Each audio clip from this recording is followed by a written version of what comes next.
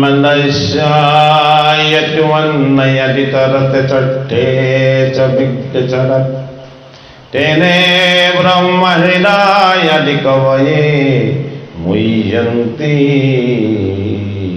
यत्सुराय तेजोवर्मिदं यथा विनिमयो यत्प्रतिचक्रोमि च धन्नासेन च निरस्तकुहकं सत्यं परं धीमहि धर्मपूजिता कैतवस्तु परमो निमच्च शरणं सतं वेदं वस्तवमत्र वस्तु शिवदं तपत्रयोमूलनम्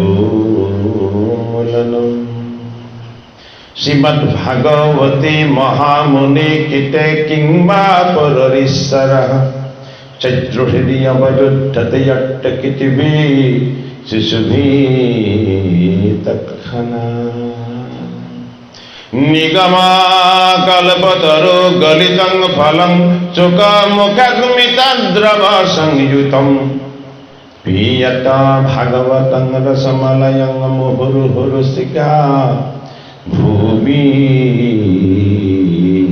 भावुका নলবাৰী নামঘৰত ক্ৰমশভাৱে ধাৰাবাহিকভাৱে আগবঢ়াই অহা ভাগৱত পাঠৰ পৰ্যালোচনাৰ অনুষ্ঠান ভাগত উপবিষ্ট হোৱা সকলো কৃপালু ভকত বৈষ্ণৱ সমস্তজনৰ চৰণত আমি ভক্তিপূৰ্ণ সেৱা জনাই ভাগৱতৰ দ্বিতীয় স্কন্ধ আমাৰ যোৱাভাষী পাঠত অন্ত হৈছে দশলক্ষণ ভাগৱতৰ তত্ত্বকথাৰ প্ৰকাশ হৈ সুখদেৱ গুৰু ভগৱানে পাণ্ডৱৰ নাতে পৰীক্ষিত ভাগৱতৰ দশলক্ষণ কোৱাৰ পাছত ভাগৱতৰ তৃতীয় স্কন্ধ আৰম্ভ হৈছে অনাদি পাতনেৰে জগতগুৰু শ্ৰীমন্ত শংকৰদেৱ গুৰুজনাই পদবন্ধে নিবন্ধন কৰিছে ভাগৱতৰ প্ৰথম স্কন্ধ দ্বিতীয় স্কন্ধ আৰু তৃতীয় স্কন্ধৰ অনাদি পাতন প্ৰথম অধ্যায় পদ বন্দনা প্ৰলয় প্ৰকৃতি মন আৰু ভুৱন সৃষ্টি ই জয় জয় জগন্নাথ জগতৰ আদি মূল এ যাহা কস্মৰণে হৈ এ পাতকে নিৰ্মূল এ যাৰ নাম নাৱে কৰে সংসাৰত পাৰ অহেনয় কৃষ্ণ কাকতে হে কোটি নমস্কাৰ অজয় জয় দৈৱকী নন্দন আদি দেৱ এ ব্ৰহ্মা মহেশ্বৰ যাক এ সদা কৰোঁ শিৱ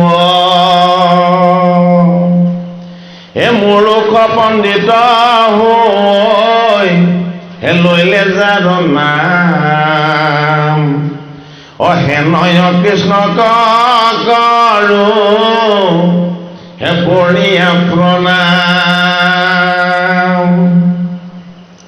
এ জয় জয় ঈশ্বৰকে সৱশ নাখিব ও যাৰ মায়া পাশে বদ্ধ হে জগতৰ জীৱ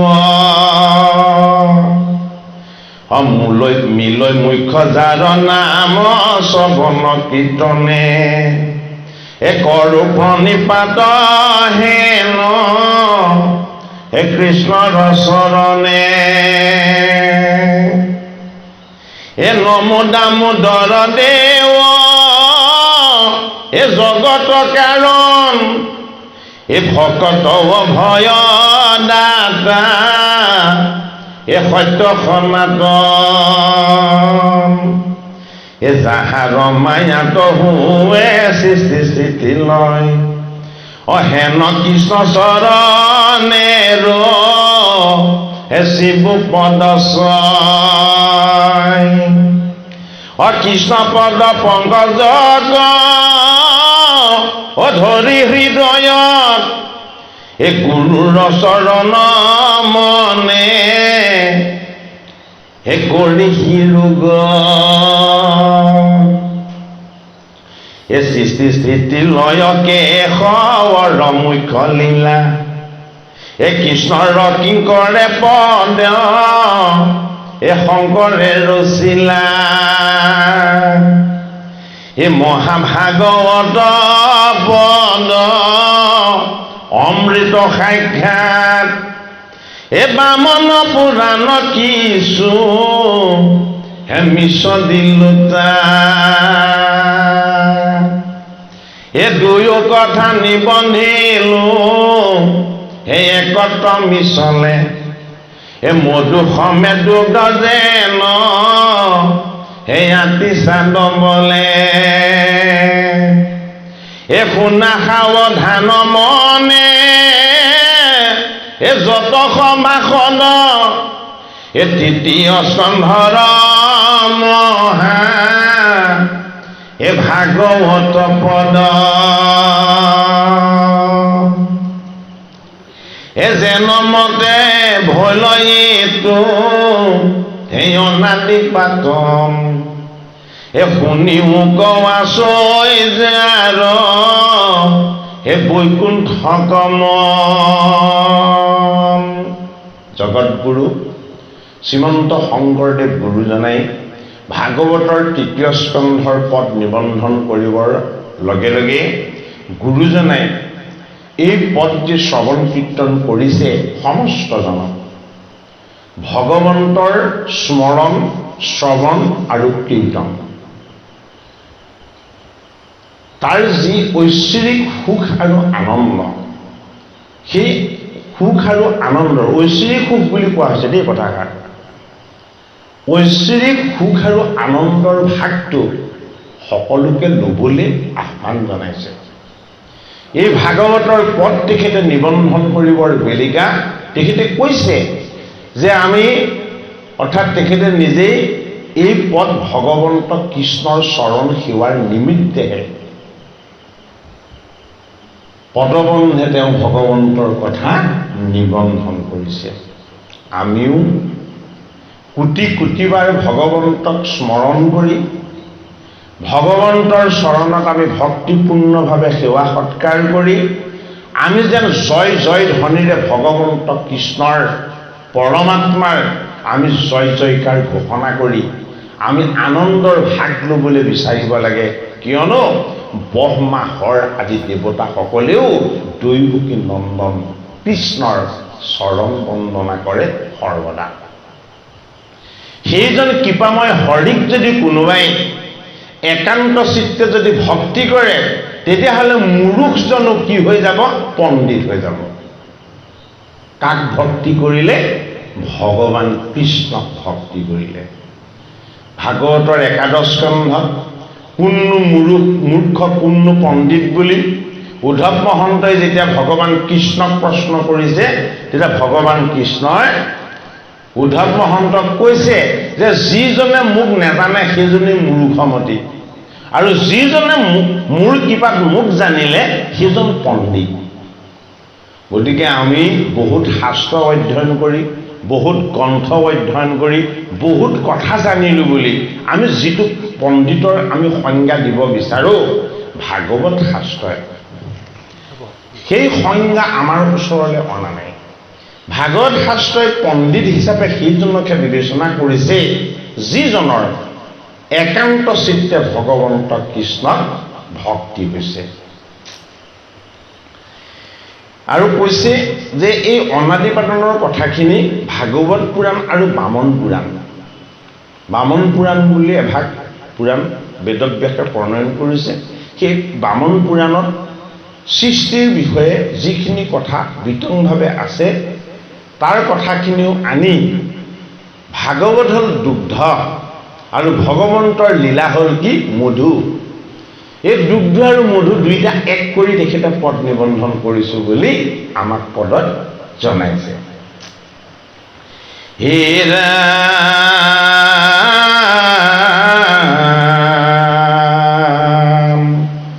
এই সুখত পচন্দ পৰি কীৰ্তনী পৱৰ এ শুনিলো অমৃত অমৃত কথা হে তোমাৰ মুখ এ যতে ক শুনো শুনি ও বাক যায় মতি ও অমৃত পিয়ন্তে যেন এ নখন্দে টিপিটি অসম্প্ৰতি সে দেউৰ ঋষি সংশয় মনৰ এ সৃষ্টিৰ মধ্যত মহা এ পুৰুষ ঈশ্বৰ ও কেৱলে থাকন্ত হৰি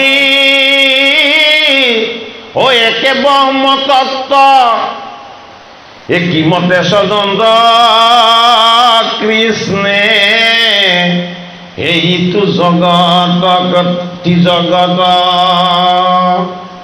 পৰীক্ষিত নৃপতিয়ে যেতিয়া কৃষ্ণ কথাৰ অমৃত পান কৰিছে তেতিয়া সুখদেৱ গুৰু ভগৱানক কৈছে যে হে মোৰ গুৰুজন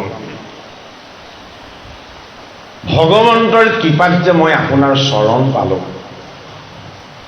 আৰু আপোনাৰ চৰণ পোৱাৰ কাৰণেই আপোনাৰ চৰণৰ আশীৰ্বাদ স্বৰূপে মই যে এই কৃষ্ণ কথাৰ ভাগ পাইছোঁ এই ভগৱান কৃষ্ণৰ কথাই আমাৰ কাৰণে অমৃত স্বৰূপ এই কথা আপুনি মোক যিমানে পান কৰাইছে কিমানে এই অমৃত স্বৰূপ কৃষ্ণ কথাৰ প্ৰতি তৃষ্ণাটো বাঢ়ি বাঢ়ি গৈ আছে আৰু আপুনি যে সৃষ্টিকৰ্তা ব্ৰহ্মাক জগতৰ হৰিয়ে চতুৰ্শ্লোকী ভাগৱত তত্ত্ব দান কৰিছিলে বুলি মোক জনাইছিলে আৰু তেতিয়া যে আপুনি কৈছিলে যে সৃষ্টিৰ আদিতেও জগতৰ হৰিয়েই থাকে আৰু সৃষ্টিৰ অন্ততো তেখেতেই থাকে বুলি গতিকে এই সৃষ্টিৰ মাজত পৰম ব্ৰহ্ম পৰম তত্ত্ব ৰূপত কেনেকেনো বিৰাজমান হৈ আছে হে মোৰ গুৰু ভগৱান এই বিষয়ে মোক জানিবলৈ অত্যন্ত মন গৈছে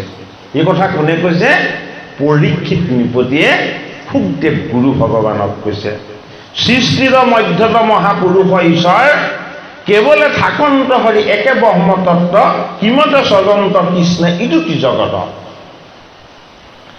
এই কথা শুনি বাক হে মোৰ বৰস্থিত অকহি ঋষি তুমি হে কৃষ্ণৰ চৰিত্ৰ অজিমতে স্বতন্ত্ৰ ইটো হে অনাদি পাতন এতিয়া অনাদি পাতন মানে কি বুজিলো আমি অনাদি পাতন মানে বস্তুটো কি অনাদি ঈশ্বৰে ক'লে সৃষ্টিৰ আদিতেই কেৱল ময়েইহে থাকো সৃষ্টিৰ আদিটোৰ যিটো মূল সেই আদিটো কোনেও বিচাৰি নাপায় কিয় কোনেও বিচাৰি নাপায় সেই আদিটোৰ একেবাৰে মূৰত কেৱল তেওঁহে অৱস্থান কৰি আছে সেইটোৰ পাৰাপাৰ কেৱল তেওঁহে পায় সেইটো কাৰণে যিটো বস্তুৰ আদি কোনেও নাপায় তাক কোৱা হয় অনাদি এই অনাদি স্বৰূপ ঈশ্বৰৰ তত্ত্বৰ এই জগত ৰচনা আৰু ব্ৰহ্মাণ্ড ৰচনাৰ যোগেদি তেখেতে এই জগতত এটা পাতনি মেলিছে জগত সংহাৰৰ পাছতহে এই পাতনিৰ অন্ত হ'ব অন্তটো তেওঁৰ বাহিৰে বেলেগে কোনেও নেজানে যিটো ঈশ্বৰ তত্ত্বৰ সৃষ্টি ৰহস্যৰ আদিটো কেৱল জানে জগতৰ হৰি বৈকুণ্ঠপতি কৃষ্ণই যিটো সৃষ্টি ৰহস্যৰ অন্তিমটো কেৱল জ্ঞাত কেৱল তেখেতৰ আদি বেলেগ কোনেও নেজানে অন্ত কি বেলেগ কোনেও জনাৰ ব্যৱস্থা নাই এই মাজৰ তত্ত্বখিনিৰ নাম হ'ল অনাদি পাতন অনাদি ঈশ্বৰৰ অনন্ত তত্ত্ব হয়নে অনাদি আৰু অন্তটো দেখেই হ'ল অনন্ত হয়নে এফালে তেওঁ অনাদি অন্যফালে তেওঁ অনন্ত এই অনাদি আৰু অনন্ত ঈশ্বৰৰ সৃষ্টিৰ যি কথা এই কথাখিনিৰ যিয়ে নকৰক কিয় ই কোনেও কেতিয়াও শেষ কৰিব নোৱাৰে মূল তত্ত্বৰ পৰা সি কেতিয়াও গোটেইখিনি কথা আনিব নোৱাৰে। সেইটো কাৰণে ইয়াৰ এটা পাতনি মাত্ৰ আমি জানিব লাগিব। এই পাতনিটোৰ নাম ৰাখিছে গুৰুজনাই কি বুলি? অনাদি পাতন। হে ৰাম,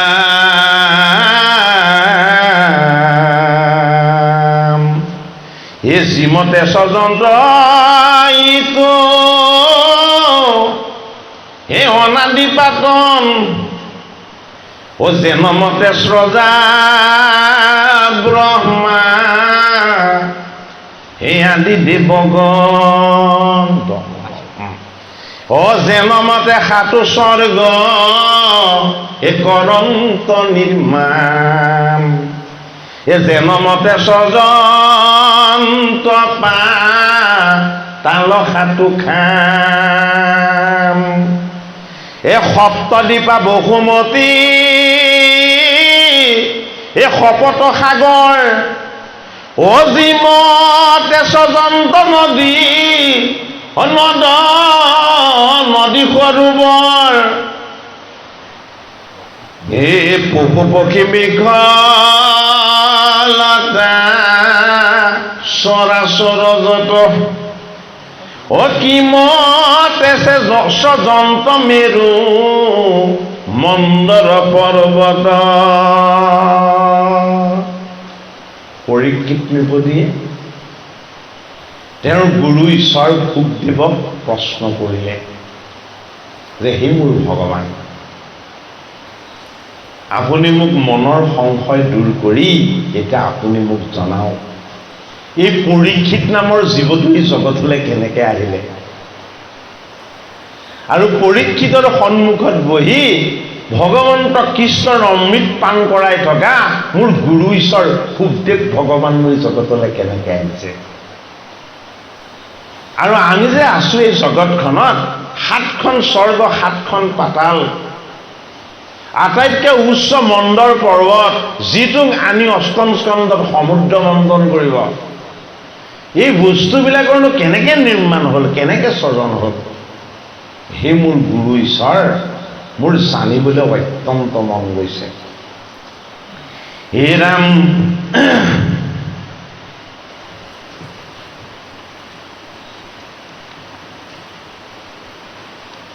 জনমতে ব্ৰহ্মাণ্ড কৰন্ত নিৰ্মাণ, সেই কহিও সাক্ষাতে তুমি ঋষি সৰ্বজান, তোৰে ধৰি আছে সসাগৰ বসুমতী, কি কাৰণে পৃথিৱী না জান্ত অধুগতি, কিবা হেতু লৰে পৃথিৱী মণ্ডল, সেদিন কৰিহি তুমি সংশয় সকল, শুকমুনি বুলন্ত শুনিও পৰীক্ষিত, কহু সৃষ্টি কথা তুমি স্থিৰ কৰা চিত্ত, সৃষ্টি স্থিতি লয় মাধা বৰ মুখ্য লীলা, আপোন তৰিলা তুমি আমাক উতাৰিলা, হে কৃষ্ণৰ চৰণে তুমি হে পৰম ভকত, হে যদ্যপি জানিতে হুৱে হে আপুনি শকত, হে তথাপিও পুছিলালো কৰ উপকাৰে, এইটো কথা শুনি ভনী হে তৰুক সংসাৰে, নৃপতিক প্ৰশংসিয়া এ থিৰ কৰি মন, হৃদয়ত চিন্তি লন্ত কৃষ্ণৰ চৰণ।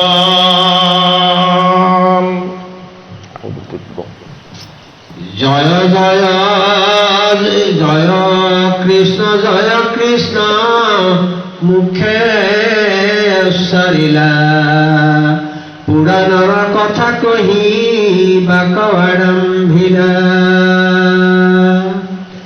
কহিবনি প্ৰতি সৃষ্টি লীলা কথা পাছে শুনা যেন মতে পশুমতি ৰহি আছে পৃথিৱীৰ অধসাটো পাতাল তলে ব্ৰহ্মাণ্ড কবেৰিয়াকে বলে আছে জলে। এতিয়া আমি যিখন পৃথিৱীত বাস কৰি আছো ইয়াত অকল সেইখন পৃথিৱীৰ কথা কিন্তু কোৱা হোৱা নাই। ভাগৱত বৈকুণ্ঠৰ শাস্ত্ৰ ভাগৱতে পৃথিৱী বুলি গোটেই অনন্ত কোটি ব্ৰহ্মাণ্ডখনকে ক'ব বিচাৰিছে। সেইটো কাৰণে পৃথিৱীৰ সংজ্ঞা আমাৰ বিজ্ঞানৰ ভাষাত আমি যি প্ৰয়োগ কৰিছোঁ ভাগৱতত পৃথিৱীৰ সংজ্ঞা তাতকৈ গভীৰ ব্যাপক আৰু বিস্তৃত। বিজ্ঞানে যিখন পৃথিৱীৰ কথা কৈছে সেইখন পৃথিৱীয়ে মেৰুদণ্ডৰ ওপৰত 24 ঘণ্টাত নিজক নিজে এপাক প্ৰদক্ষিণ কৰি থাকে। ভাগৱতে যিখন পৃথিৱীৰ কথা কৈছে সেইখন পৃথিৱীৰ ব্ৰহ্মাণ্ডৰ তত্ত্ব বৈকুণ্ঠৰ তত্ত্ব স্বৰ্গৰ তত্ত্ব ব্ৰহ্মলোকৰ তত্ত্ব আৰু এই ভূলোকৰ তত্ত্ব পুংখানুপুংখভাৱে দেখুৱাই থৈছে। সেইটো কাৰণে পৃথিৱী জগতৰ হৰিৰ ভাৰ্যা। হৰিৰ ভাৰ্যা মানে কি? হৰিৰ স্বৰূপটোক যি ভক্তি তত্ত্বৰে ভজনা কৰে হৰিৰ স্বৰূপক যি ভক্তি তত্ত্বৰে ভজনা কৰে বা ভক্তি কৰে সেয়া হ'ল হৰিৰ ভাৰ্যা। সেইটো কাৰণে পৃথিৱী এক ঐশ্বৰিক তত্ত্ব। এতিয়া সুখদেৱ ভগৱানে হৃদয়ত ভগৱন্ত কৃষ্ণৰ চৰণ চিন্তা কৰি পাণ্ডৱৰ নাদে পৰীক্ষিত নৃপতিৰ প্ৰশ্নৰ উত্তৰ দিবলৈ গৈ তেখেতে ভগৱন্তক চিন্তা কৰি তেওঁ কৈছে যে পুৰাতন যি কথা অতি প্ৰাচীন কোনেও নাজানে মই তোমাক এতিয়া সেই কথা কওঁ। গতিকে আপোনালোকেও সেইখিনি কথা একান্ত চিত্তে মনোযোগে শ্ৰৱণ কৰক। এয়া কথাৰ ভাগ কোনে পাব লাগিব? যমে পাব লাগিব। যমনো কোন? যম আহি দাপৰ যুগত দাসীৰ গৰ্ভত বিদুৰ হৈ জন্ম লৈছে। মাণ্ডব্য ঋষিয়ে অভিসম্পাত দিছিলে তাক? যম ৰজাক।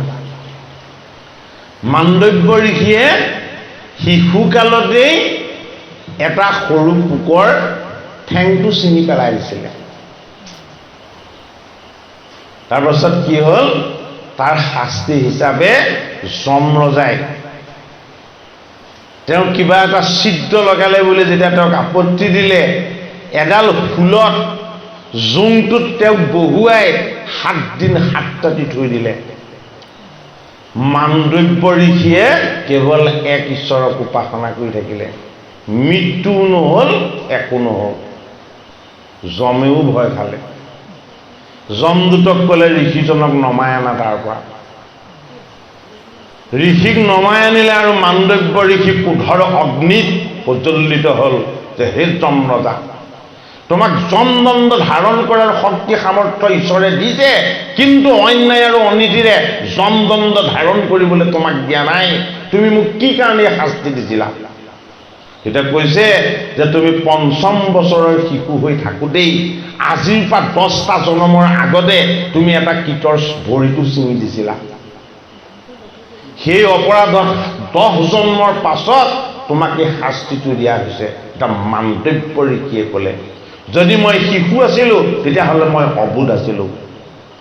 অবুধ শিশুৰ অপৰাধ ভগৱান কৃষ্ণই নধৰে, তুমি যম ৰজাই ধৰিবলৈ কোন? মই তোমাক কেতিয়াই অভিসম্পাত দিম। তুমি এই অন্যায় আৰু অনীতিৰাজি জনদণ্ড ধাৰণ কৰি তোমাৰ ক্ষমতাক প্ৰয়োগ কৰি এজন সাধনময় ঋষিক তুমি 7 দিন 7 ৰাতি এই কুলত তুমি বহুৱাই যি দুখ আৰু কষ্ট দিছিলা, ইয়াতকৈও মই তোমাক ভয়ানক শাস্তি দিম। যম কম্পমান হৈ গ'ল। তুমি এই যম নগৰত যম ৰজা হৈ থাকিব নোৱাৰা। এই যম নগৰৰ যম ৰজা হ'ব দৈৱকী নন্দন কৃষ্ণ। তোমাক মৰ্ত্যত নি দাসীৰ গৰ্ভত জন্ম দিয়াম। মোৰ সম্পাদত তুমি দাসীৰ গৃহত জন্ম ল'বা আৰু তোমাক সদায় দুখ আৰু কষ্ট দিব। তুমি যে ধৰ্ম ধৰিছো বুলি ভাবিছা, তুমি ধৰ্ম তাত ৰক্ষা কৰিব নোৱাৰিবা। তোমাৰ ধৰ্ম বাক্য সদায় তাত লংঘন হ'ব। তুমি ধৰ্ম প্ৰতিষ্ঠাৰ কাৰণে গোটেই জীৱনটো যুঁজি থাকিবা, তোমাৰ ধৰ্ম বাক্য কোনেও পালন নকৰিব। তুমি কেৱল ধৃতৰাষ্ট্ৰৰ অজ্ঞান আৰু গান্ধাৰীৰ মোহ আৰু জড়তা দেখি, শকুনিৰ দুষ্ট বুদ্ধি দেখি, দুঃশাসনৰ হিংসা দেখি আৰু দুৰ্যোধনৰ অহংকাৰ দেখি তুমি কেৱল কান্দি কান্দি জীয়াই থাকিব লাগিব। তুমি ধৰ্মৰ কথা ক'বা, কিন্তু তোমাৰ কথা শুনোতা কোনো নাথাকে। তুমি মৰ্ত্যত দাসীৰ গৃহত গৈ বিদুৰ হৈ জন্ম ল'ব লাগিব। এতিয়া 3য় স্কন্ধৰ কথাখিনি কোনে শুনি আছে? বিদুৰে শুনি আছে। তত্ত্ব কথাটো বুজি পালেনে? গতিকে আমি কি আছিলোঁ? আমি যম ৰজাৰে একোজন দাস আছিলোঁ। আমি কি আছিলোঁ? যমে যমদণ্ড ধাৰণ কৰি আমাৰ জীৱনৰ পাপ পুণ্যৰ ভাগবিলাকৰ শাস্তি প্ৰদান কৰা এই যম ৰজাৰ দ্বাৰা আমি কি হৈছিলোঁ? শাসিত হৈ আছিলোঁ মৰ্ত্যত আহি। এই যমক কি কৰিলে? যমক হস্তিনাপুৰত দাসীৰ গৰ্ভত জন্ম দি ধৰ্ম ৰক্ষা কৰিব নোৱাৰা এটা অৱস্থাত তেওঁক পেলাই দিলে। হয়নে বাৰু?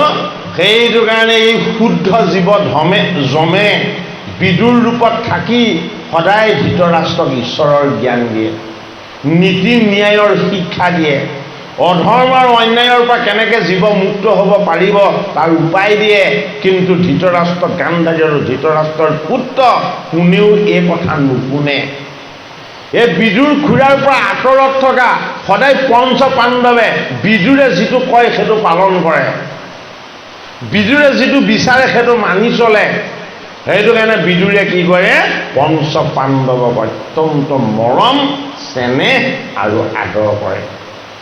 ধৃতৰাষ্ট্ৰৰ কাষত মন্ত্ৰণা দাতা হৈ বহি থাকিও বিদুৰে কান্দি কান্দি জুমি জুমি চাই থাকে যে ধৰ্মপুত্ৰ যুধিষ্ঠিৰ আহিছে নেকি, কুন্তি মাতাৰ পুত্ৰ ভীমসেন আহিছে নেকি, হয়নে? কুন্তি মাতাৰ পুত্ৰ অৰ্জুন আহিছে নেকি?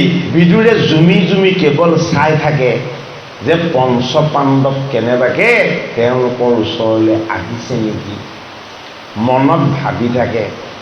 যদি কেনেবাকে এই ধৰ্মপুত্ৰ 5জন এই হস্তিনাপুৰলৈ যদি কেনেবাকে কিবা কাৰণত আহিলেহেঁতেন, তেতিয়াহ'লে মোৰ বাসুদেৱ কৃষ্ণৰ চৰণ দৰ্শন হ'লেহেঁতেন। পাণ্ডৱৰ প্ৰতি কিয় চাই থাকে? য'ত পাণ্ডৱ তাতেই কৃষ্ণ, হয়নে? বিদুৰৰ ইচ্ছা কৃষ্ণৰ চৰণ দৰ্শন। কৃষ্ণৰ চৰণ দৰ্শন প্ৰত্যক্ষভাৱে ইচ্ছা কৰিলে নেপাব। সেইটো কাৰণে পঞ্চ পাণ্ডৱক দৰ্শন কৰাৰ ইচ্ছা তেওঁ মনত ৰাখে। আৰু শেষত কি হয়? যদি কেনেবাকে পাণ্ডৱ যায়, অকণমান চিকমিককে ভগৱান কৃষ্ণয়ো দেখা দিয়ে। বিদুৰে কান্দি কান্দি ভাবি থাকে, জন্ম দিলা মোক এই হস্তিনাপুৰত, দুৰ্যোধন দুঃশাসন ধৃতৰাষ্ট্ৰ গান্ধাৰী শকুনি আদি এই বেয়া সংগবিলাকৰ লগত যদিও তুমি মোক ৰাখিছা, হে দৈৱকী নন্দন কৃষ্ণ, মইতো তোমাৰেই চৰণৰ এজন সেৱক। মোৰ গৃহলৈ পঞ্চ পাণ্ডৱ যদি অতিথি হৈ নাহেও, মাত্ৰ 1 ৰাতিৰ কাৰণে তুমি মোৰ গৃহলৈ অতিথি হৈ আহিবা। বিদুৰৰ প্ৰাৰ্থনাটো কি আছিলে? 1 ৰাতিৰ কাৰণে তুমি মোৰ গৃহলৈ অতিথি হৈ আহিবা। বোলে কি?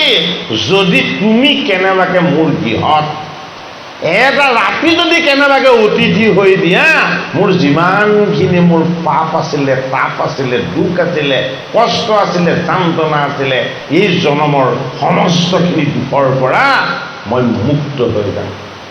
সেইটো কাৰণে বাসুদেৱ কৃষ্ণই সেইদিনা বিদুৰৰ গৃহত গৈ অতিথি হৈছেগে মানে ঈশ্বৰ হৈ যোৱা নাই, নন্দৰ দুলাল নন্দ ৰজাৰ ৰাজপুত্ৰ হৈ যোৱা নাই, পাণ্ডৱৰ তেওঁ পাবনকাৰী ভগৱান বুলি কি হৈ গৈছে, বিদুৰৰ ওচৰলৈ তেওঁ দূত হৈ গৈছে।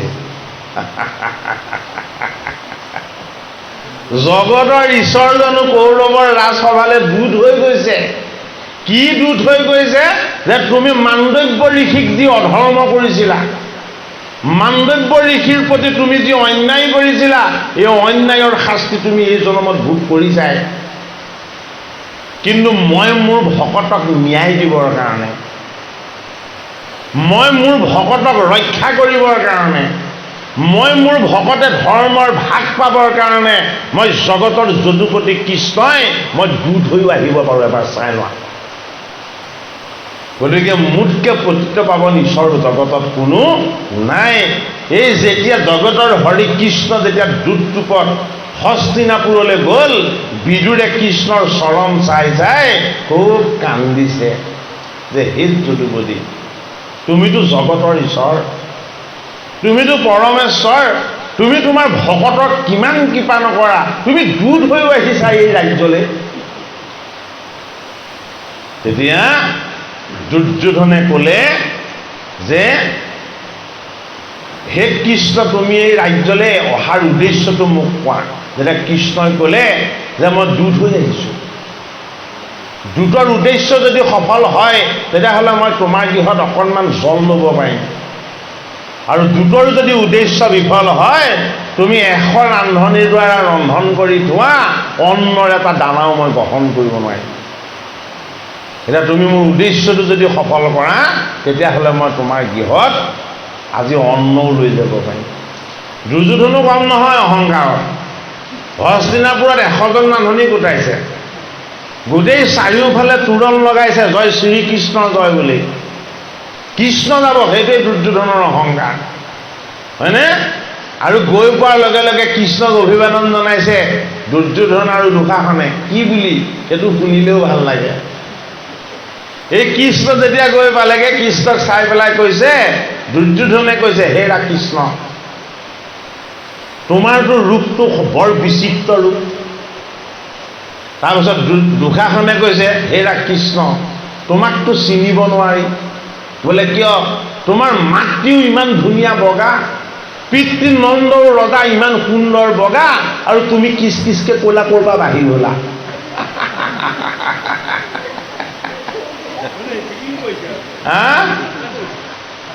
এতিয়া বিদুৰৰ মনত খেলে বন্ধা দি মানিছে কথাকেইটাই যে মইতো কৃষ্ণক শ্যাম সুন্দৰ দেখিছোঁ, জগত সুন্দৰ দেখিছোঁ, ব্ৰহ্মাণ্ড সুন্দৰ দেখিছোঁ, আৰু দুৰ্যোধন দুঃশাসনে কৃষ্ণক কিয় ক'লা দেখিছে?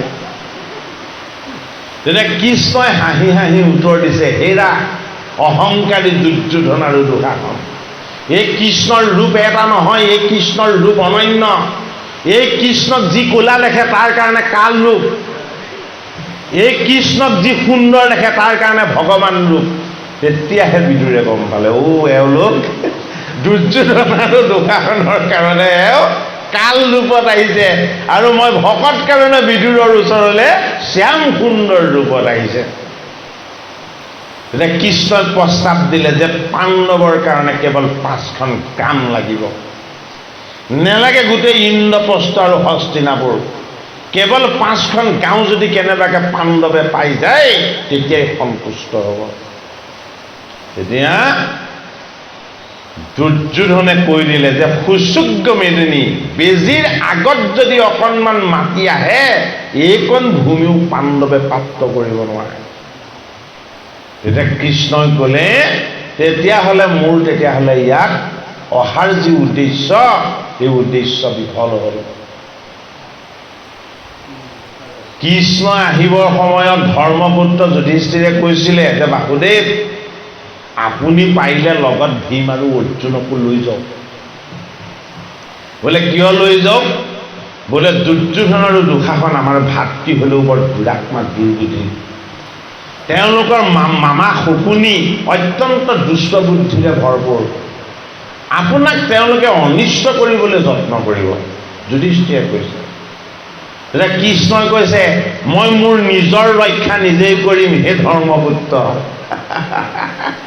মই দূত হৈহে যাম ঈশ্বৰ হৈ নাযাওঁ গতিকে মই মোৰ মহিমা য'ত প্ৰকাশ কৰিব লাগে কৰিম মাত্ৰ তুমি মোৰ ওপৰত ভৰসা ৰাখা কৃষ্ণই কথা কৈ আছে দুৰ্যোধন আৰু দুঃশাসনে লগে লগে এডাল ডাঙৰ ৰছী আনিলেগৈ দুৰ্যোধনে কৈছে দুঃশাসনক যে ধৰা দুঃশাসন এই কৃষ্ণই হল পাণ্ডৱৰ বুদ্ধিৰ ভুৰুকা এই কৃষ্ণই হল পাণ্ডৱৰ শক্তি আৰু সামৰ্থ্য এই কৃষ্ণই হল যত অথন্তৰৰ মূল এই কৃষ্ণক আজি ধৰি বান্ধি আমাৰ বন্দীশালত ভৰাই থৈ দিওঁ তাত কোন কোন বহি আছে তেতিয়া সমস্ত ঋষি আহি তাত বহি আছে আগতেই পিতামহ ভীষ্ম আছে পৰশুৰাম প্ৰভু আহিছে দেৱল ঋষি আহিছে অত্ৰি ঋষি আহিছে বশিষ্ঠ মুনি আহিছে এই বেদব্যাস বহি আছে সকলো ঋষি বহি কেৱল ভগৱান কৃষ্ণক স্তুতি কৰি আছে এই দুৰ্যোধন আৰু দুঃশাসনে যে বান্ধিবলৈ লৈছে ইয়াক বাকী কোনেও দেখা নাই অকল দেখিছে শকুনি মামাই আৰু বিদুৰে যেতিয়াই বান্ধিবলৈ ল'লে তৰ্জন গৰ্জন কৰি গোটেই পৃথিৱীখন কঁপিবলৈ ল'লে ভূমিকম্প হ'বলৈ ল'লে পৃথিৱীখন অস্থিৰ হৈ যেতিয়া লৰিবলৈ ল'লে সকলো চকু মুদি আছিলে ঈশ্বৰ কৃষ্ণক দৰ্শন পাই সকলোৱে চকু মেলি চালে ভগৱান কৃষ্ণ বিৰাট ৰূপত জ্বলিবলৈ ল'লে তেওঁ দেহৰ পৰা দিব্য জ্যোতি প্ৰকাশিত হ'বলৈ ল'লে ঋষিসকলে সামবেদৰ মন্ত্ৰৰে কৃষ্ণক স্তুতি কৰিবলৈ লাগিলে যে তুমি আমাক এই দৰ্শন দিবলৈকে আহিছিলা আমি এতিয়াহে গম পাইছো আৰু ভগৱান কৃষ্ণৰ যেতিয়া তেওঁ বিৰাট ৰূপলৈ গমন কৰিলে দুৰ্যোধন আৰু দুঃশাসনৰ হাত দুটা জ্বলি গ'ল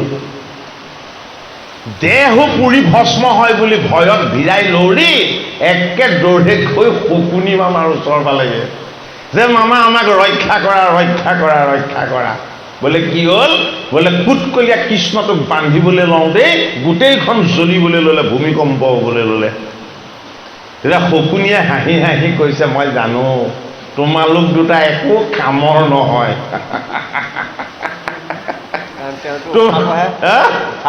তোমালোক দুটা যে একো কামৰ নহয় সেইটো মই জানো তোমালোকে গোৱালৰ ল'ৰা এটাকো যে বান্ধিব নোৱাৰা এইটো মোৰ বিশ্বাস আছে সেইৰা দুৰ্যোধন দুঃশাসন সেই কৃষ্ণক সৰুতে মাতৃ যশোদাই এগৰাকী নাৰী হৈ উৰালত বান্ধি থৈছে তোমালোক দুটা কিমান বীৰ আৰু মোৰ বুজিবলৈ বাকী নাই মাতৃ যশোদাই উৰালত বান্ধা কৃষ্ণক তোমালোক দুটা মহাবীৰেও ৰছী লৈ বান্ধিব নোৱাৰিলা ধিক মই তোমালোকৰ মামা এই কথা তেওঁলোকে বাহিৰত আলাপ কৰি থাকোঁতেই ভগৱান কৃষ্ণ বিৰাট ৰূপলৈ আহিলে ভগৱান কৃষ্ণৰ জিভাত বহি ল'লে সৰস্বতী সৰস্বতীয়ে দিব্য বীণাবাই কৃষ্ণৰ জিভাত সামবেদৰ মন্ত্ৰৰে কৃষ্ণক উপাসনা কৰিছে দুটি চকু খঞ্জৰ হৈ জিলিকিবলৈ ল'লে এটা চকুত চন্দ্ৰ এটা চকুত সূৰ্য সমস্তখন পোহৰ কৰিবলৈ ল'লে বাহুৰ পৰা প্ৰকাশ হ'ল দেৱৰাজ ইন্দ্ৰ চৰণৰ পৰা প্ৰকাশ হ'ল সাধন সিদ্ধ মুনিগণ আৰু পৃষ্ঠভাগৰ পৰা এজন এজনকে বাহিৰ হ'ল ধৰ্মপুত্ৰ যুধিষ্ঠিৰ ভীম অৰ্জুন নকুল আৰু সহদেৱ যি পাঁচজন পাণ্ডৱক তেওঁ ইন্দ্ৰপ্ৰস্থত এৰি থৈ আহিছিল সেই পাঁচজন পাণ্ডৱ ভগৱান কৃষ্ণৰ পৃষ্ঠভাগৰ পৰা প্ৰকাশ পালে আৰু আগফালে আহি ভগৱান কৃষ্ণৰ চৰণ চুই পাঁচজন পাণ্ডৱে স্তুতি কৰিছে ঋষি সমস্তৰ আৰু বুজিবলৈ বাকী নেথাকিলে বাকী পিতামহ ভীষ্মৰ যে তুমি এই জগতৰ ঈশ্বৰ তুমি এই অনাদি ঈশ্বৰ তুমি এই অনন্ত ঈশ্বৰ তোমাৰ স্বৰূপক কোনেও নাজানে কোনেও বুজিব নোৱাৰে তুমি আহিছিলা দূত হৈ আৰু দেখা দিলা পৰমেশ্বৰ হৈ এয়াই তোমাৰ মহিমা বিদুৰে কান্দি কান্দি কৈছে যে ধন্য মোৰ জীৱন ধন্য মোৰ অভিশাপ মাণ্ডব্য ঋষিৰ যদি অভিশাপ নহ'লহেঁতেন ভগৱান কৃষ্ণৰ এই অনন্য ৰূপ মই যমৰজা হৈ থকা হ'লে কেতিয়াও প্ৰত্যক্ষ কৰিবলৈ নেপালোহেঁতেন ধন্য মই বিদুৰ ধন্য মই কৌৰৱ আৰু পাণ্ডৱৰ খুৰাক যদি মই নৰৰ দেহলৈ আহি এই যদি মই পুণ্যৰ ভাগ যদি নললোহেঁতেন মই সদায় ধৰ্মৰ মত বিচাৰোঁ ধৰ্মৰ ৰক্ষা বিচাৰোঁ, ধৰ্ম সদায় প্ৰতিষ্ঠা হওক তাকেই বিচাৰোঁ, আৰু ভগৱান কৃষ্ণই হ'ল ধৰ্মমূৰ্তি। এই ধৰ্মমূৰ্তি আহি মোৰ চৰণ যেতিয়াই দৰ্শন দিলে, বিদুৰে গৈ কৃষ্ণৰ চৰণত ধৰি কান্দি কান্দি ক'লে, হে কেশৱ, আপোনাৰ ঋণ আৰু মই কেতিয়াও খুজিব নোৱাৰো। বিদুৰৰ বাহুত ধৰি ভগৱান কৃষ্ণই কৈছে, খুৰা আজি মই আপোনাৰ গৃহত অতিথি হ'ম। বিদুৰৰ গৃহত কৃষ্ণ এদিন অতিথি। মাণ্ডব্য ঋষিৰ অভিসম্পাতৰ পৰা মুক্ত হ'ল, হয়নে? জীৱনজোৰা সাধনাৰ যি ফচল কৃষ্ণ বস্তুৰ প্ৰাপ্ত হ'ল, আৰু ইয়াৰ পাছত বিদুৰৰ পাবলৈ কেৱল এটা বস্তুৱে আছে, বোলে কি? তোমাক দেখিলোঁ তুমি অনন্য সুন্দৰ, তোমাক পালোঁ মোৰ গৃহত অতিথি হিচাপে, কিন্তু এতিয়া মোক তোমাৰ তত্ত্ব বস্তুৰ ভাগ লাগে। এতিয়া ভগৱান কৃষ্ণৰ তত্ত্ব বস্তুৰ ভাগ কোনে দিব পাৰিব? ভগৱান কৃষ্ণৰ ভকতে দিব পাৰিব। কৃষ্ণৰ একান্ত ভকত হ'ল কোন? কুশাৰু নন্দন। এডাল কুশ বনত থকা এটা পোকৰ পৰা এই ঋষিজনক নিৰ্মাণ কৰিছিলে, যোনিজাত সন্তান নহয়, সেইটো কাৰণে তেওঁৰ নামটো হ'ল কুশাৰু। এটা কীটৰ পৰা সৃষ্টি হৈছে এজন ঋষিৰ, তেওঁ জন্মৰ পৰাই সাধনময়, উপাসনীয়ময়। কেৱল তেওঁ ভগৱন্ত কৃষ্ণকে উপাসনা কৰে। সেইটো কাৰণে বিদুৰৰ গৃহত ভগৱান কৃষ্ণ এদিন অতিথি হৈ থাকি যুদ্ধৰ আগে আগে বিদুৰক কি কৰিলে কৃষ্ণই? মই যেতিয়া তোমাৰ গৃহত অতিথি হলো, তুমি আৰু এতিয়া সংসাৰী হ'ব নোৱাৰিবা। য'ত কৃষ্ণৰ প্ৰৱেশ হয় তাত সংসাৰ নাথাকে, তাত কি থাকে? সংসাৰৰ দুখ যান্ত্ৰণা দূৰ কৰি দিব পৰা আনন্দময় কৃষ্ণৰ চৰণ প্ৰকাশ হৈ থাকে। এইটো কাৰণে কি হ'ল? ধৰ্ম ৰক্ষাৰ হেতু ধৰ্ম ৰূপ বিদুৰে হস্তিনাপুৰৰ ৰজা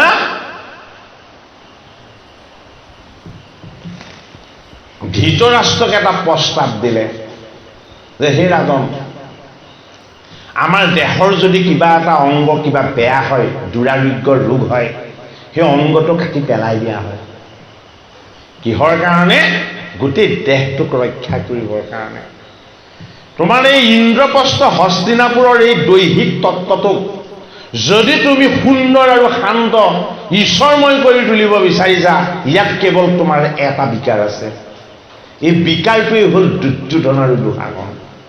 যি কৃষ্ণক বান্ধিবলৈ চাইছিলে, কৃষ্ণক কোলা বুলি হাঁহিছিলে, এই অধৰ্মী আৰু অন্যায় দুৰ্যোধন আৰু দুঃশাসনক যদি তুমি নিৰ্বাসন দি দিব পাৰা, ভাৰত তুমি উদ্ধাৰ হৈ যাব।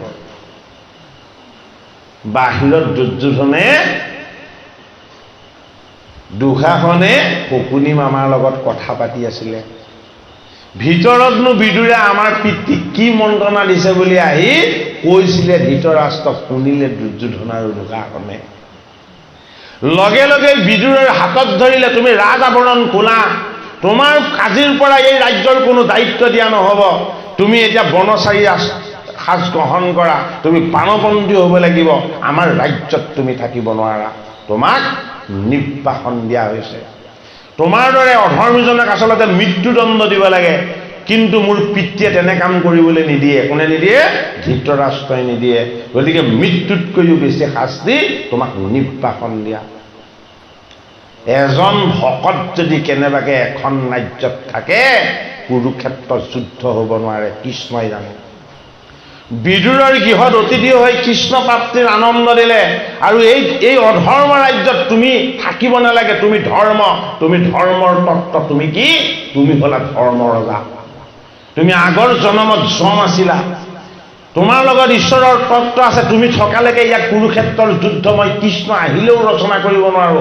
গতিকে দুৰ্যোধন দুঃশাসনৰ দ্বাৰা তোমাক প্ৰথমতে ইয়াৰ পৰা বাহিৰ কৰি ল'ব লাগিব। সেইটো কাৰণে কি কৰিলে? বিদুৰ খুৰাক নিৰ্বাসন দি দিলে, আৰু তাৰ পাছদিনাখনৰ পৰাই কুৰুক্ষেত্ৰৰ যুদ্ধ আৰম্ভ। যেতিয়ালৈকে বিদুৰ আছিল তেতিয়ালৈকে যুদ্ধ কিন্তু কৃষ্ণই আৰম্ভ কৰিব নোৱাৰিলে। ভাগৱত শাস্ত্ৰত দেখাইছে, মহাভাৰতত দেখাইছে যে ধৰ্মক ধাৰণ কৰা, সত্যক পালন কৰা, ন্যায় নীতি আৰু সদাচৰক সদায় ৰক্ষা কৰা এজন ভকত যদি কেনেবাকে এখন গাঁৱত থাকে, এখন গৃহত থাকে তাক কেতিয়াও অধৰ্ম অন্যায়ৰ যুদ্ধ সংগঠিত হ'ব নোৱাৰে। এই কথা আমাক কোনে কৈছে? ভাগৱত শাস্ত্ৰই কৈছে। এই অমৃতময় কৃষ্ণ কথাৰ ভাগ এতিয়া কাক লাগে? পাণ্ডৱৰ নাতি পৰীক্ষিতক লাগে। পৰীক্ষিত জীৱন পৰীক্ষা দিবলৈ অহা এটা জীৱ, যিদৰে ধৰ্ম যম ৰজা বিদুৰ হৈ আহিছে এই মত্যভূমিত জীৱনৰ পৰীক্ষা দিবলৈ, ধৰ্ম ন্যায় অন্যায়ৰ, ঠিক সেইদৰে পাণ্ডৱৰ বংশত পাণ্ডৱৰ নাতি আহিছে ঈশ্বৰৰ অংশ জীৱ হৈ এই জগতত জীৱন পৰীক্ষা দিবলৈ। আৰু আমাকো বুজাইছে জন্ম আৰু মৃত্যুৰ মাজৰ মধ্যম স্থানত বাস কৰা আমি সকলোৱে এই জীৱনত ধৰ্ম অধৰ্ম ন্যায় অন্যায় সৎ অসৎ হয়নে এই বৃত্তিবিলাকৰ সন্মুখত আমি আমাৰো ধৰ্ম পৰীক্ষা দিবলৈকে আহিছোঁ। এই ধৰ্ম পৰীক্ষাক যদি আমি কেনেবাকে যুদ্ধকালীন তৎপৰতাৰ পৰা মুক্ত কৰি ঈশ্বৰৰ আনন্দময় ভাগৱত তত্ত্বৰ লগত এক কৰি ল'ব পাৰোঁ, তেতিয়া কি হ'ব? মৈত্ৰেয় ঋষিৰ মুখপদ্মে বিদুৰ মহন্তই যিদৰে তেওঁৰ সৃষ্টিৰ ৰহস্য, জগত সৃষ্টিৰ ৰহস্য, ঈশ্বৰে নিৰ্মাণ কৰা প্ৰলয় বন্দনা কাল আৰু এই জীৱৰ 14 ভুৱনৰ তত্ত্ব, এই সমস্তখিনি যিদৰে বিদুৰ মহন্তই জানিলে, এই ভূমিভাগত জন্ম লৈ ভগৱন্তৰ কৃপাত ভাগৱত শাস্ত্ৰৰ কৃপাত আমিও এই ঈশ্বৰৰ সৃষ্টিৰ ৰহস্য কথা আমি ভাগৱত শাস্ত্ৰৰ পৰা জানিব পাৰিম। এই সৃষ্টিৰ কথা যদি আমি ভালদৰে বুজি নাপাওঁ, জানিব নোৱাৰোঁ, তেতিয়াহ'লে আমাৰ লগত সদায় অজ্ঞান থাকিব, অবিদ্যা থাকিব, মায়া মোহ আৰু ভ্ৰমৰ তাৰণাবিলাক আমাৰ লগত থাকিব। এই সৃষ্টিৰ ৰহস্যৰ মাজত ব্যাপ্ত হৈ থকা পৰমেশ্বৰ পৰম তত্ত্ব ঈশ্বৰ তত্ত্ব আমি যদি ভালদৰে বুজি ল'ব পাৰোঁ, তেতিয়া কি হ'ব? ভগৱন্ত কৃষ্ণৰ চৰণ দৰ্শন হ'ব। ভাগৱত শাস্ত্ৰত সেই ৰহস্য কথাখিনি আমাক দেখুওৱা হৈছে যে সৃষ্টিৰ ৰহস্যৰ কথা ইমান সহজ কথা নহয়।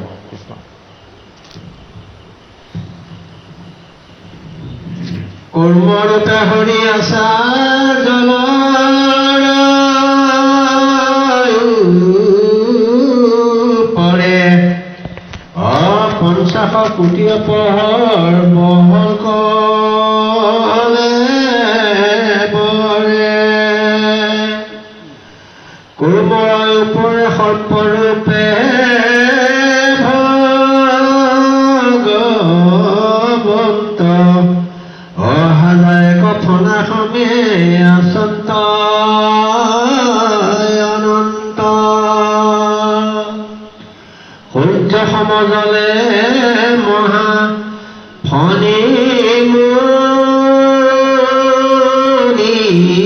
মুনিজত, সিংহে সম্পনিতে যেন ধবল পৰ্বত,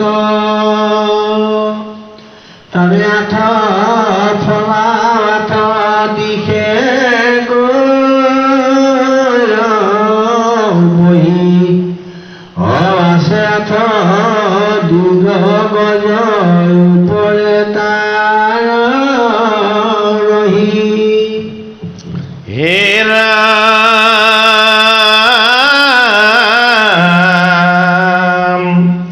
হে পৰ্বতৰ ওপৰত সখাগ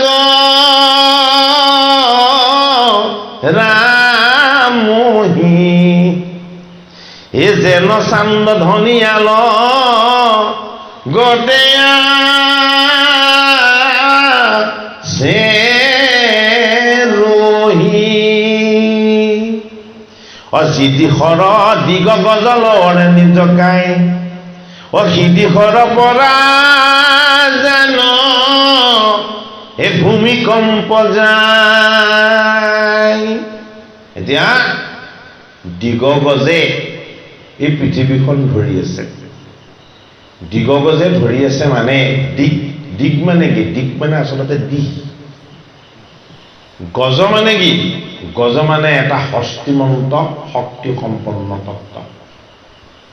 এই পৃথিৱীখনক কি আছে পৃথিৱীখনত তৰপ হিচাপে প্লেট আছে বুলি কৈছে বিজ্ঞানীয়ে এই প্লেটবিলাক স্বয়ংক্ৰিয়ভাৱে প্ৰতিষ্ঠিত হৈ আছে কেনেবাকে যদি পৃথিৱী নিজৰ কক্ষপথত ঘূৰি থাকোঁতে এই প্লেটখনৰ যদি এখন অকণমান বহি ইখনত পৰি যায় তেতিয়াহ'লে সেই ঠাইখনত বহুত প্ৰাবল্যযুক্ত ভূমিকম্প হৈ যায়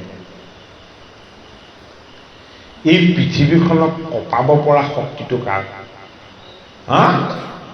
পৃথিৱীখনক ধৰি ৰখা তত্ত্ববিলাকৰ গতিকে আমি ভাগৱতক বিজ্ঞানসন্মত দৃষ্টিৰে বিশ্লেষণ কৰিবলৈ চাব লাগিব অবাস্তৱ অন্ধবিশ্বাসৰ দৃষ্টিৰে আমি বিশ্লেষণ কৰিলে এতিয়া নহ'ব এই জগতখনক ধৰি ৰাখিছে কেনেকে ভাগৱত শাস্ত্ৰত শুকদেৱ ভগৱানে পৰীক্ষিত নৃপতিক কৈছে যে এই পৃথিৱীৰ তলত আছে কি সীমাহীন পাতাল বৰ ধুনীয়াকৈ কৈছে আৰু এই পাতালৰ তলত কি আছে পাতালৰ তলত আছে জল এই জলৰ তলত কি আছে স্বয়ং ঈশ্বৰ আছে কুৰ্ম ৰূপত এই কুৰ্ম ৰূপত থকা ঈশ্বৰৰ ওপৰতে আশ্ৰয় লৈ আছে কোনে কালৰূপী ঈশ্বৰৰূপী অনন্ত প্ৰভুৱে এই অনন্ত প্ৰভুৱে কুৰ্মৰ ওপৰত প্ৰতিষ্ঠিত হৈ আশ্ৰয় লৈছে আৰু এই অনন্তৰ ফণা কিমান যে সেই পাণ্ডৱৰ নাতি পৰীক্ষিত এই অনন্তৰ ফণা কোনেও গণনা কৰি শেষ কৰিব নোৱাৰে বোলে কি অতি কমেও তুমি চাব পৰাকে সহস্ৰ ফণা আচলতে সহস্ৰ নহয় সহস্ৰ এই সহস্ৰ ফণাবিলাক ইমান ব্যাপ্ত আৰু ইমান বিশাল যে গোটেই ব্ৰহ্মাণ্ডখনক ধৰিবৰ কাৰণে জগতৰ হৰিৰ অনন্ত ঈশ্বৰৰ সেই সৰ্পৰূপী শক্তিমন্ত তত্ত্বক গোটেই ব্ৰহ্মাণ্ডখনক এটা সৰ্পৰ মণিৰ নিচিনাকৈ ধৰি আছে গতিকে এটা মণিয়ে যদি ব্ৰহ্মাণ্ডখন ধৰে তেতিয়াহ'লে আমি হাজাৰ ফণা গণনা কৰি শেষ কৰিব পাৰিমনে বাৰু আমাৰ সময় হ'বনে বাৰু কিমান কোটি কোটি জনম ল'লেও আমি গণনা কৰি শেষ কৰিব নোৱাৰিম হয়নে বাৰু বিজ্ঞানীসকলেও কৈছে যে এই ব্ৰহ্মাণ্ডখনৰ কোনো সীমা নাই শূন্যত ভাহি আছে এই পৃথিৱীৰ দৰে কিমান কোটি কোটি জীৱ থকা গ্ৰহ এই ব্ৰহ্মাণ্ডত আছে বিজ্ঞানীসকলে কৈছে তাৰ কোনো সীমা সংখ্যা নাই ভাগৱতে যি ক'লে সেয়াই সত্য হয়নে নহয় কথাখিনি আমাৰ ভাগৱত শাস্ত্ৰই যি কৈছে সেয়াই সত্য বিজ্ঞানীও আমাক আজিৰ যুগত গৱেষণা কৰি মহাকাশ গৱেষণা কৰিও আমাক সেই কথাকেহে প্ৰতিপন্ন কৰাইছে হয়নে কি বুলি প্ৰতিপন্ন কৰাইছে যে সৃষ্টিৰ সীমা কেতিয়াও কোনেও কৈ শেষ কৰিব নোৱাৰে গতিকে ভাগৱত শাস্ত্ৰত আমাক কৈছে যে আঁঠু পৰ্বত পিঠিত আচৈ ধৰি এই পৃথিৱীখনত 7টা তৰপ আছে 7টা তৰপে ইটোৱে সিটোক ধৰি আছে হয়নে পৰ্বত মানে আমি দেখা পৰ্বতেই নহয় পৰ্বত মানে কি পৰ্বত মানে হ'ল শক্তি সামৰ্থ্য পৰ্বত মানে কি পৰ্বত মানে হ'ল অহংকাৰ এই পৃথিৱীখন ঈশ্বৰৰ অহংকাৰৰ প্ৰতীক হে ৰাম যি দিশৰ দিগ গজ লৰাৱে নিজকাই সেই দিশৰ পৰা জানা হে ভূমিকম্প যায় জেতিখনে তোলৈ হামি হে কশ্যপে অনন্তে সাতু খান মেৰু মহি হে মন্দৰ পৰ্যন্তে সাগৰ সহিতে আতি কৰৈত লবন দেখিও কৃষ্ণৰ যোগ মায়া বল পৰীক্ষিত নিপতিয়ে প্ৰশ্ন কৰিব ভগৱান কৃষ্ণৰ মায়ানো কি ভাগৱতৰ 11 স্কন্ধত নিমিৰজাই প্ৰশ্ন কৰিব কাক নৱসিদ্ধ যে হৰিৰ মায়া কি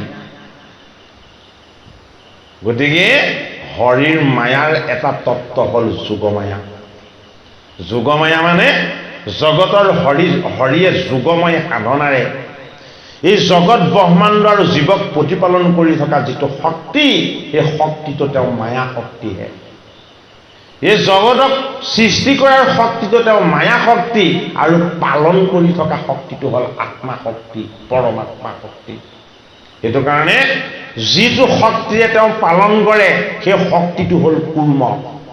কুৰ্ম মানে কি? কুৰ্ম মানে হ'ল আটাইতকৈ সংযমী বস্তু। কুৰ্মই পদকেইটা ক'ত ৰাখে? সদায় গাৰ ফালে টানি ৰাখে। মুখখন ক'ত ৰাখে? সদায় দেহৰ ভিতৰত ৰাখে। গতিকে গোটেই ব্ৰহ্মাণ্ড সৃষ্টি কৰাৰ পাছতো জগতৰ হৰিৰ একো বস্তুৰ প্ৰতি লোভ নাই, একো বস্তুৰ প্ৰতি কাম নাই, একো বস্তুৰ প্ৰতি তেওঁ প্ৰাপ্তিৰ আকাংক্ষা নাই। সেইটো কাৰণে সেই তত্ত্বটোৰ নাম হ'ল কুৰ্ম, আত্মসংযমৰ কাৰণে। এই কুৰ্মৰূপী ঈশ্বৰৰ ধাৰণ কৰিব পৰা শক্তিত প্ৰতিষ্ঠিত হৈ আছে কি? ঈশ্বৰৰ এই তত্ত্ববস্তু কি? অনন্ত। অনন্ত কি? অনন্ত হ'ল সহস্ৰ ফণাযুক্ত সৰ্ব। এই অনন্ত ফণাযুক্ত সৰ্বতেই কি হৈ আছে বুলি কৈছে?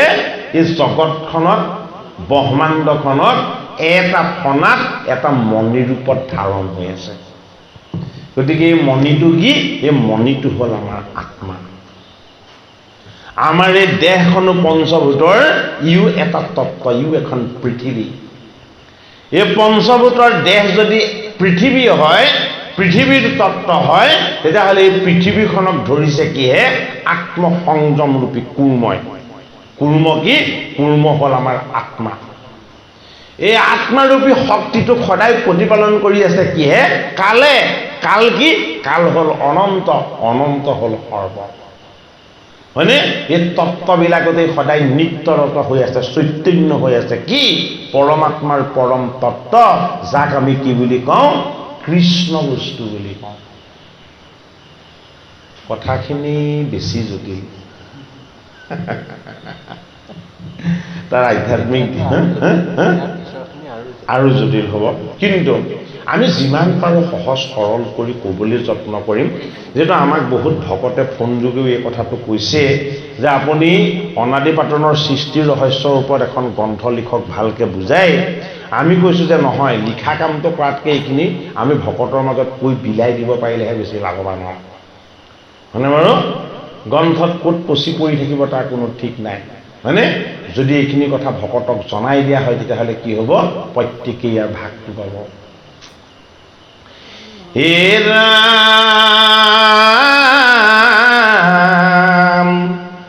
হে জেতিখনে তোলৈ হামি, এ কশ্যপে অনন্তে, এ সাতোখান মেৰু মহি, হে মন্দৰ পৰ্যন্তে,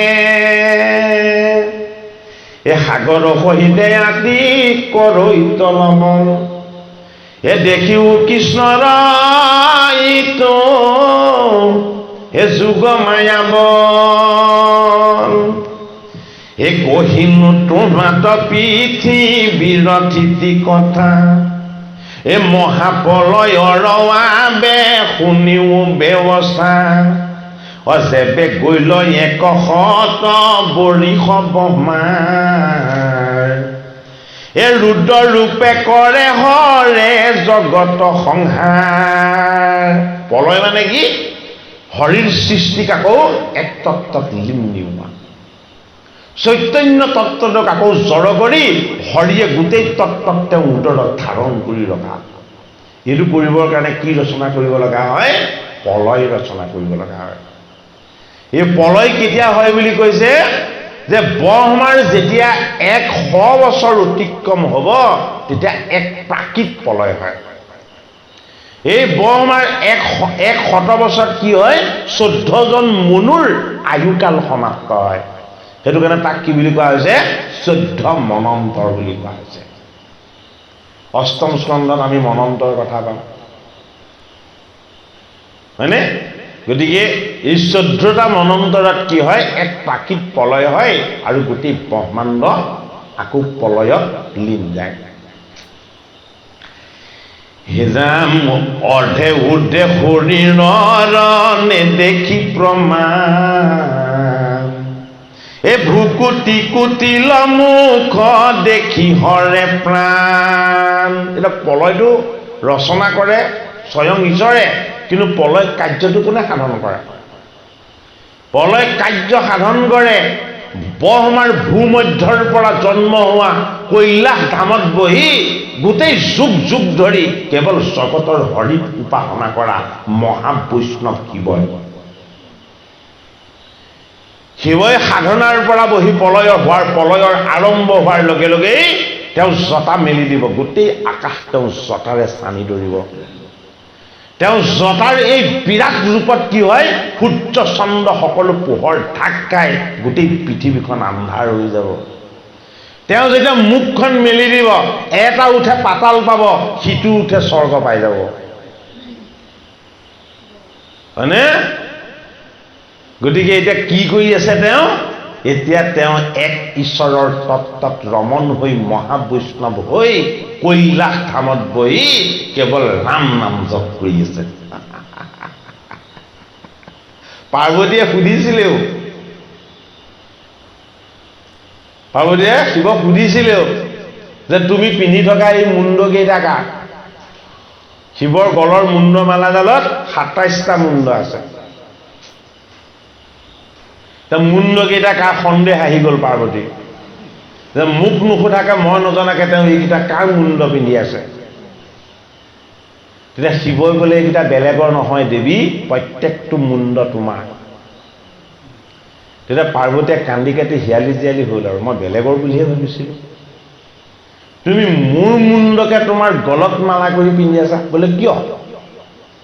বোলে তুমি ২৭ বাৰ মৰিলা, সেইটো কাৰণে ২৭টা মুণ্ড মই পিন্ধি আছো। কৈছে তুমি যে এবাৰো মৰা নাই। সেই তত্ত্বটোকে দেখুৱাইছে যে মই ২৭ বাৰ জন্ম ললো, তুমি যে এবাৰো মৰা নাই। বোলে তুমি ভুল কৰা, তুমি সেইটো কাৰণে জন্ম ল'ব লাগে, তোমাৰ মৃত্যু হৈ যায়। বোলে তোমাৰ কিয় ভুল নহয়? বোলে মোৰ ভুল হোৱাৰ ৰাস্তাটো ঈশ্বৰে বন্ধ কৰি থৈছে। ভুল কৰিলে পাপ হ'ব, পাপ হ'লেই মোৰ মৃত্যু হ'ব। সেইটো কাৰণে ঈশ্বৰৰ কৃপাত মই ভুল নকৰোঁ আৰু মোৰ ওচৰলৈ পাপ নাহে। বোলে কিয় তুমি ভুল নকৰা? বোলে এবাৰ এটা ভুল কৰিছিলোঁ, সেইটো ভুলতে মোক গোটেই বস্ত্ৰ খুলি ঈশ্বৰে গোটেই দৌৰাই ফুৰালে।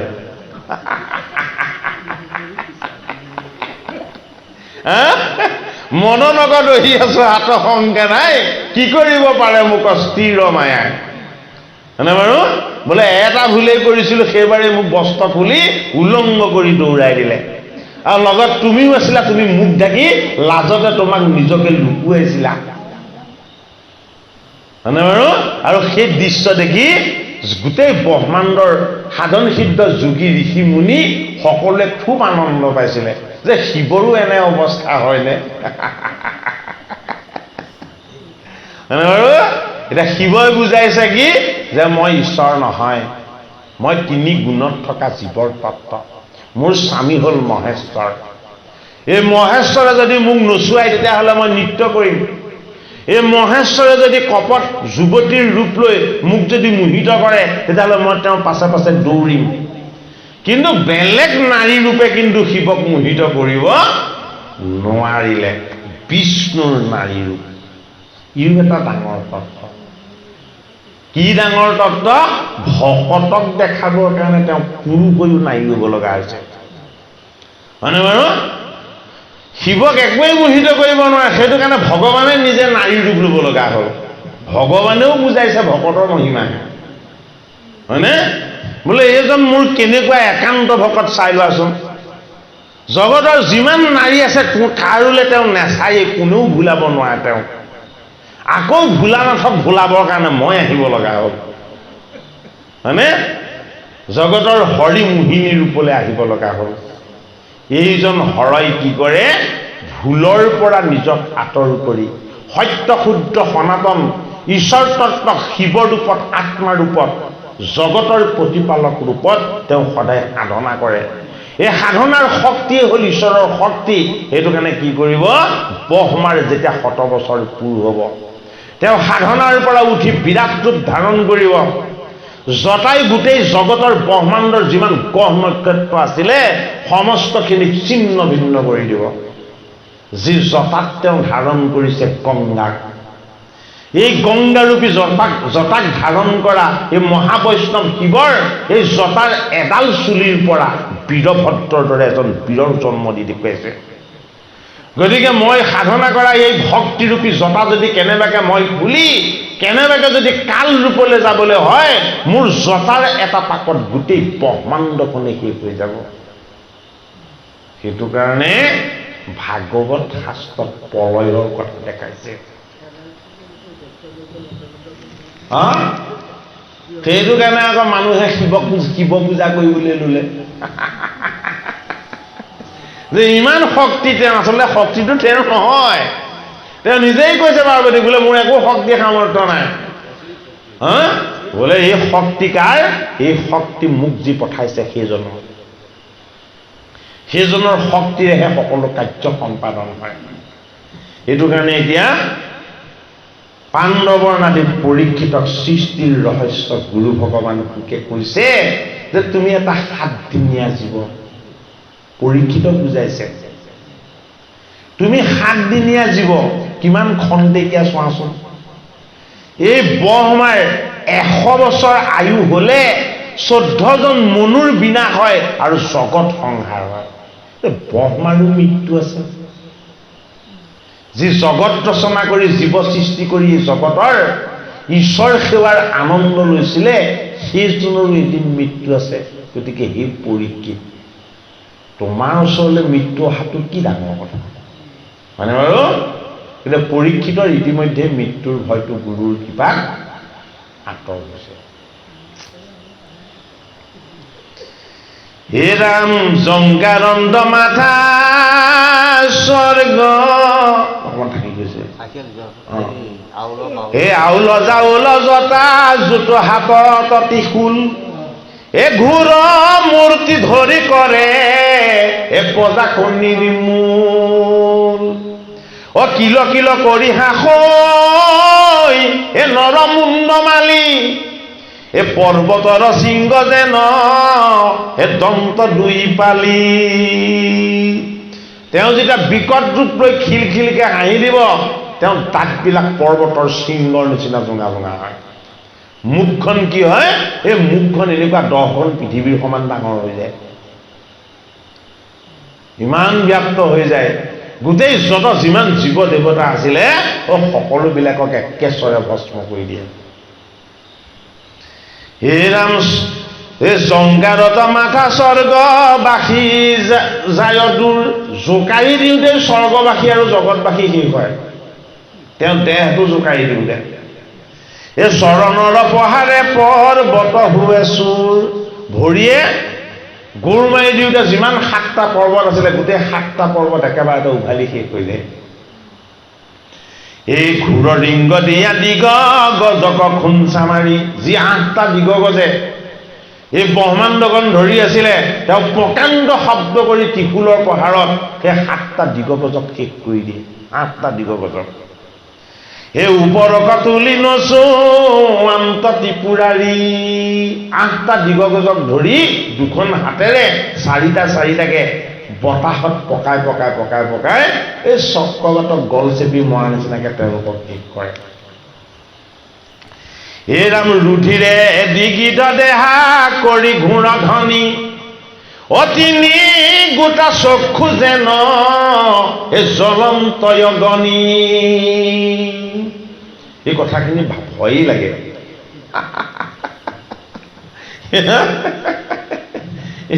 তেওঁ কাল ৰূপৰ কথাখিনি পাঠ কৰি থাকোঁতে কিবা ভিতৰত ভয় সঞ্চাৰ হৈ যায়। হে ৰাম হে তেজে ঘোৰ এটা শনিৰ ঘাট যে নপৰে, এ স্বৰ্গ মত্য পাতালয়ে কত্ত হুয়ালৰে, এ জগত সংহাৰ কৰে হে পৰম বিক্ৰম, হে অন্তকৰ অন্ত কাজ মৰু মহাজম। সেইটো কাৰণে ৰুদ্ৰ এই হিমতে ৰুদ্ৰে কৰিলন্ত প্ৰজাক্ষয়, অ শুনা যে নমতে আবে হে মিলিল পলয় এ বাহয় অবৰিষ মানে হৈব অনাবৃষ্টি এ নুপুজয় শস্য নষ্ট এ হুৱে প্ৰজা সৃষ্টি গোটেইখিনিকে সংহাৰ কৰি ৰুদ্ৰই কি কৰিব হৰিৰ তত্ত্বক নিজক এক কৰি দিব তাৰ পাছত কি হ'ব এই গোটেই ব্ৰহ্মাণ্ডখন অগ্নিপিণ্ড হৈ জ্বলিবলৈ ল'ব কিমান বছৰ জ্বলি থাকিব 100 বছৰ জ্বলি থাকিব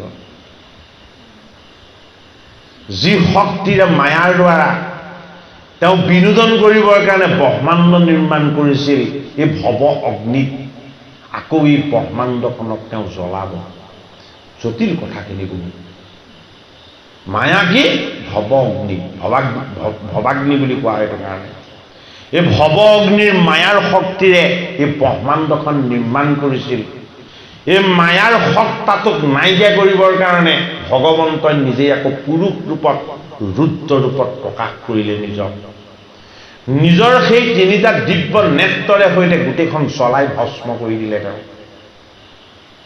যত যিমান আছিলে দিগগজ সকলোকে তেওঁ ত্ৰিশূলেৰে সৈতে কি কৰিলে সংহাৰ কৰিলে আৰু ইয়াৰ পাছত তেওঁ কি হ'ল ভগৱন্ত বস্তুত ৰুদ্ৰ আকৌ একত্ৰ হৈ লীন গ'ল তেওঁ সেই যি অগ্নিমন্ত সংহাৰ তত্ত্ব এই ব্ৰহ্মাণ্ড অগ্নি হৈ জ্বলোতে সেই অগ্নি তেওঁ নিজে হৈ থাকিলে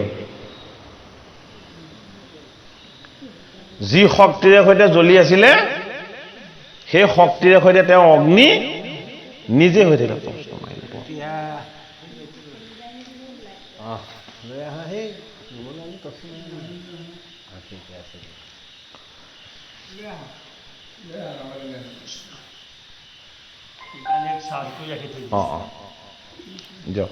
বাহ্য গোটা সূৰ্য তাপ কৰে একেবাৰে অবহয় পোষক বায়ু হৃদয় বিদাৰে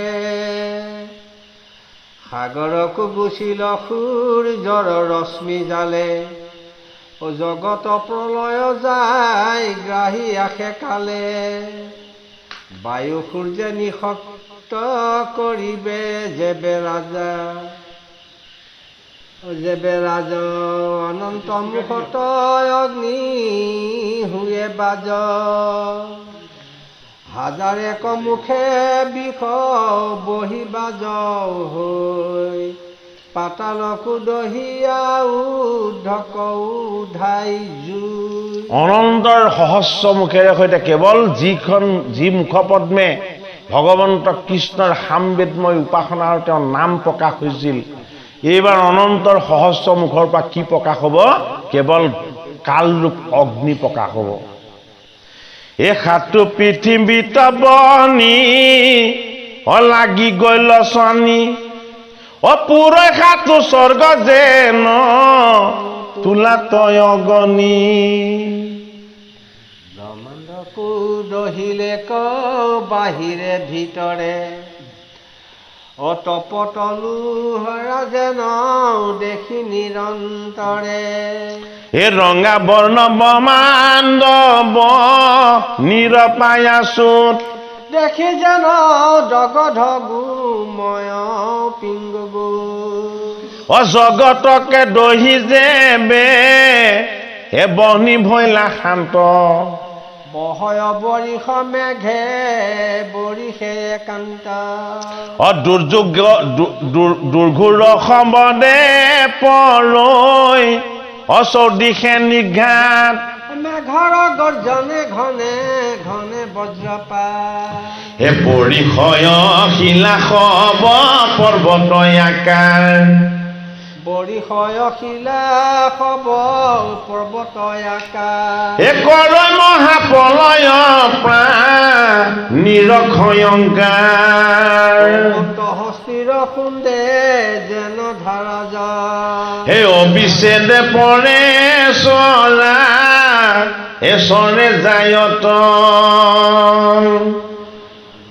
দশো দিশ পুৰি জ্বলাই উদ্ধক উধাই ব্ৰহ্মাণ্ডৰ গোটক গয়া খনেক বঢ়াই ল বুজাই লওঁ এই অগণিৰ দাহে চূৰ্ণা কীট ভৈল খণ্ড জলতে মিছাইল সিটো মহামহী খণ্ড এই অগণিত পক্ষী জল সমছে শুকাই ল বায়ু তপসিয়া পাছে বনি উলুকাইল হে ৰামে মহাবায়ু লীন গৈল হে মহায়াকাশত আকাশতো পৰিলয় অহংকাৰৰ গৰ্ভ হে মহত লীন গৈল অহংকাৰ মহত পখিলা প্ৰকৃতিত পুনবাৰ হে মহাপ্ৰকৃতি পৰ সত গৈল লীন নাথাকিল কেৱে আৰু পুৰুষত ভীম হে নাহি জল নাহি থল নাহিকে আকাশ নাহি মহাবায়ু চন্দ্ৰ সূৰ্যৰ প্ৰকাশ নাহি শীত ঋতু নাহি ৰাতি দিন সমস্ত সংসাৰৰ ঈশ্বৰতে গৈলালি হে প্ৰকৃতিৰ ঈশ্বৰ পুৰুষ স্বতন্ত্ৰ নাহি যিটো ব্ৰহ্মাণ্ডৰ বাহিৰ ভণ্টাৰ হে জগতৰে জীৱয়ুদ ৰতে দিয়া বাস কেৱল ঈশ্বৰ কৃষ্ণ কৰন্ত প্ৰকাশ ক'লে কথাখিনি গোটেইখিনি আমি কোৱা কথাখিনি ক'লেনে হা ঈশ্বৰ তত্ত্ব প্ৰকাশ হৈছিল কিহেৰে মহত্ব নামৰ এটি তত্ত্বৰে জগতৰ হৰিয়ে তেওঁ ভাজ্য মায়ালৈ যেতিয়া কটাক্ষ দৃষ্টিৰে চাই দিছিল কটাক্ষ দৃষ্টিত মায়াই ভীতিগ্ৰস্ত হৈ কি হৈ গৈছিল চেতা পৰি গৈছিল আৰু মায়াক ঈশ্বৰে কি বুলি কৈছিল যে মই আনন্দ কৰিবৰ ইচ্ছা তুমি ব্ৰহ্মাণ্ড নিৰ্মাণ কৰা মায়াই ব্ৰহ্মাণ্ড নিৰ্মাণ কৰা নাছিলে আৰু কি হ'ল অতি ভয় পাই তেওঁ সাতখন স্বৰ্গ সাতখন পাতাল এই ব্ৰহ্মাণ্ড তেওঁ নিৰ্মাণ কৰি দিলে ব্ৰহ্মাণ্ড নিৰ্মাণ কৰিলে কিন্তু তাত থাকিবলৈ একো নাই জগতৰ হৰিয়ে অনন্ত দৃষ্টিৰে মায়াৰ ফালে কটাক্ষভাৱে চাই দিলে মায়া গৰ্ভৱতী হৈ গ'ল এই মায়া যেতিয়া গৰ্ভৱতী হ'ল মায়াৰ পৰা এটি পুত্ৰৰ জন্ম হ'ল এই পুত্ৰটোৰ নাম হ'ল মহত্ব মানে এফাল মায়া এফাল পুৰুষ মায়া আৰু পুৰুষ একত্ৰ হোৱাৰ তত্ত্বটোৰ নাম হ'ল মহত্ব এই মহত্বৰ পৰা প্ৰকাশ হ'ল অহংকাৰ কি ৰূপেৰে সত ৰজ তম তিনি গুণ ৰূপেৰে এই তিনি গুণৰ পৰাই আকৌ উৎপত্তি হৈ গ'ল কি কাল সময় ইত্যাদি দ্ৰব্য বস্তুবিলাক জগতৰ হৰিৰ বিনোদ ৰূপলৈ জীৱক আনিবৰ কাৰণে তেওঁ অনন্ত শয়নত উদৰত এই গোটেই সমস্ত জীৱ আৰু জগতক ধাৰণ কৰি তেওঁ আকৌ সুখনিদ্ৰাত ৰমণ হৈ আছে এই সুখনিদ্ৰাত ৰমণ হৈ থকাৰ যিটো কাল এই কালখিনিক কোৱা হয় কি বুলি অনাদি সুখনিদ্ৰাত তেওঁ এতিয়া অকলে আছে ভাগৱতৰ পদে আমাক কৈছে এই সুখনিদ্ৰাত যেতিয়া তেওঁ অকলে থাকে জীৱবিলাক তেওঁ গৰ্ভত থাকি হৰিৰ লগত এক আনন্দ তত্ত্বত লীন হৈ থাকে হৰিয়ে যেতিয়া তেওঁ নিশ্বাস লাহে লাহে এৰে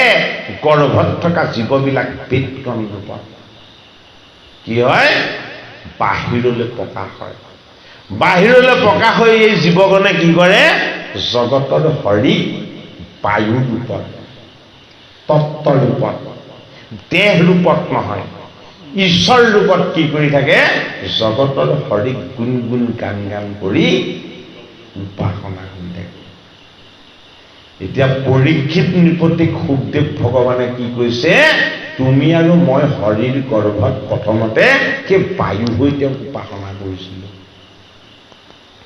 জগতৰ হৰিয়ে কৃপা কৰি এইবাৰ তোমাক আৰু মোকে জীৱ কৰি আনিলে এই জগতলৈ আৰু এতিয়াও তোমাৰ আৰু মোৰ আচল কৰ্তব্য কি মই তোমাক কৃষ্ণৰ কথা এক চিত্তে এক মন প্ৰাণেৰে কম আৰু তুমি কৃষ্ণ কথা শ্ৰৱণ কৰা কথাখিনি বুজি পাইছেনে বাৰু হা সৃষ্টি ৰহস্যৰ আনন্দটো পাবৰ কাৰণেহে জগতৰ হৰিয়ে আমাক জীৱ কৰি পৃথিৱীলৈ আনিছিলে। আমি পৃথিৱীলৈ জীৱ হৈ অহাৰ মুখ্য উদ্দেশ্য আমি হৰিৰ চৰণ যাতে আমি পাব পাৰোঁ। হৰিৰ চৰণ যদি পাবলৈ হয় তেতিয়াহ'লে ভাগৱত শাস্ত্ৰক আমি সৎসংগ কৰি ল'ব লাগিব, সাধুসন্ত মহন্তৰ সংগ ল'ব লাগিব। ভগৱন্তৰ কথা শ্ৰৱণ কীৰ্তনৰ যে আনন্দ, এই আনন্দৰ ভাগ আমি প্ৰতিনিধি ল'বলৈ যত্ন কৰিব লাগিব। এই যদি হৰিৰ ভাগৱত আৰু গীতাৰ কথাৰ যদি আমি অকণমান ভাগ পাওঁ তেতিয়া কি হ'ব? আমি মৃত্যুমুখী জীৱ পৰীক্ষিত, আমাৰ জীৱন ধন্য হ'ব। হে ৰাম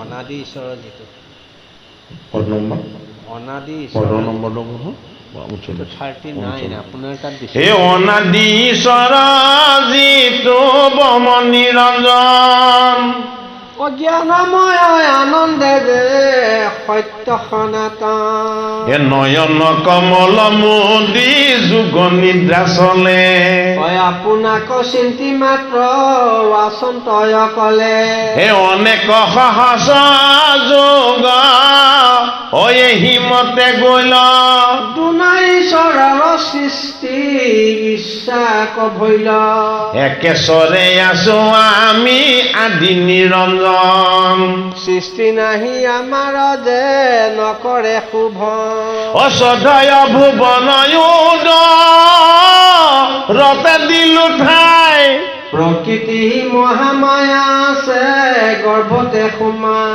হে স্বৰ হৈয়াই আছা তান নাহিকে চেতন, আমি মাত্ৰ চৈতন্য পুৰুষ নিৰঞ্জন। এতিয়া বুজি পালেনে? এতিয়া এইটো আমাৰ তত্ত্বটোৰ কথা কৈছে হৰি। আমি যে দেহধাৰী জীৱ হৈ আছো, এই দেহধাৰী জীৱৰ স্বৰূপটোনো কি? পাণ্ডৱৰ নাতি পৰীক্ষিতে জানিব লাগিব। পৰীক্ষিতে যদি নিজকেই নাজানে তেতিয়াহ'লে ঈশ্বৰক কেনেকৈ জানিব? নিজক যদি নাজানে ঈশ্বৰক জানিব নোৱাৰে। সুখদেৱৰ তত্ত্বটো কি? আত্মা। সদায় 1600 বছৰীয়া তৰুণ ইষদ ইষদ হাঁহি থাকে, সত্যত জন্মতে তাত শৰণ দাবৰত পিতৃগুৰুৰ ওচৰত পঢ়িছে ভাগৱত শাস্ত্ৰ, কলিৰ সন্ধ্যাত কৰিছে কীৰ্তন, সদায় 1600 বছৰীয়া। সদায় আনন্দময় হৈ থাকে। কিয়? বুজাইছে, হে পৰীক্ষিত নৃপতি, তোমাৰ এই কায়টো ক্ষয়শীল হয়, কিন্তু তোমাৰ লগত থকা আত্মাৰ শক্তি যিটো সেইটো অবিনশ্বৰ। তুমি তোমাৰ দেহটোক পাহৰি তোমাৰ গোটেইখিনিকে তুমি আত্মাৰ ৰূপ দি দিয়া। দেহৰ বিকাৰবিলাক আঁতৰ কৰা আটাইতকৈ ডাঙৰ উপায় কি? ভাগৱত শাস্ত্ৰই কৈছে বোলে সৎসংগ ল'ব, ভগৱানৰ নাম জপ কৰিব। তো শিকাবলৈ অলপ অসুবিধা হয়। সেইটো কাৰণে যিদৰে মহাবৈষ্ণৱ শিৱই নুসুধিলে নিজৰ ভাৰ্যাকো ভক্তিৰ কথা নকয়, সেইদৰে গীতা ভাগৱতৰ কিছুমান কথা যদি সোধা নাযায় সেইখিনি যাচি কোৱা নাযায়। ৰোগ ব্যাধি অপায় অমংগল এই সকলোবিলাক আঁতৰ কৰিব পৰা উপায় ভাগৱতত আছে। সেইমতে আমি ভাগৱতে দিয়া নীতি নিয়ম আৰু সিদ্ধান্তখিনি আমি মানিব লাগিব, পালিব লাগিব। সেইটো কাৰণে জীৱতাৰণৰ উপায় বুলি কোৱা হৈছে কি? ভাগৱত আৰু ভগৱান কৃষ্ণ। ভগৱান কৃষ্ণৰ মূৰ্তি যদি চোৱা যায়, মূৰ্তিৰ কেইবাটাও প্ৰকাৰ আছে। ভগৱান কৃষ্ণৰ এটা মূৰ্তি আছে মৃন্ময়, মানে সেইটো মাটিৰ মূৰ্তি।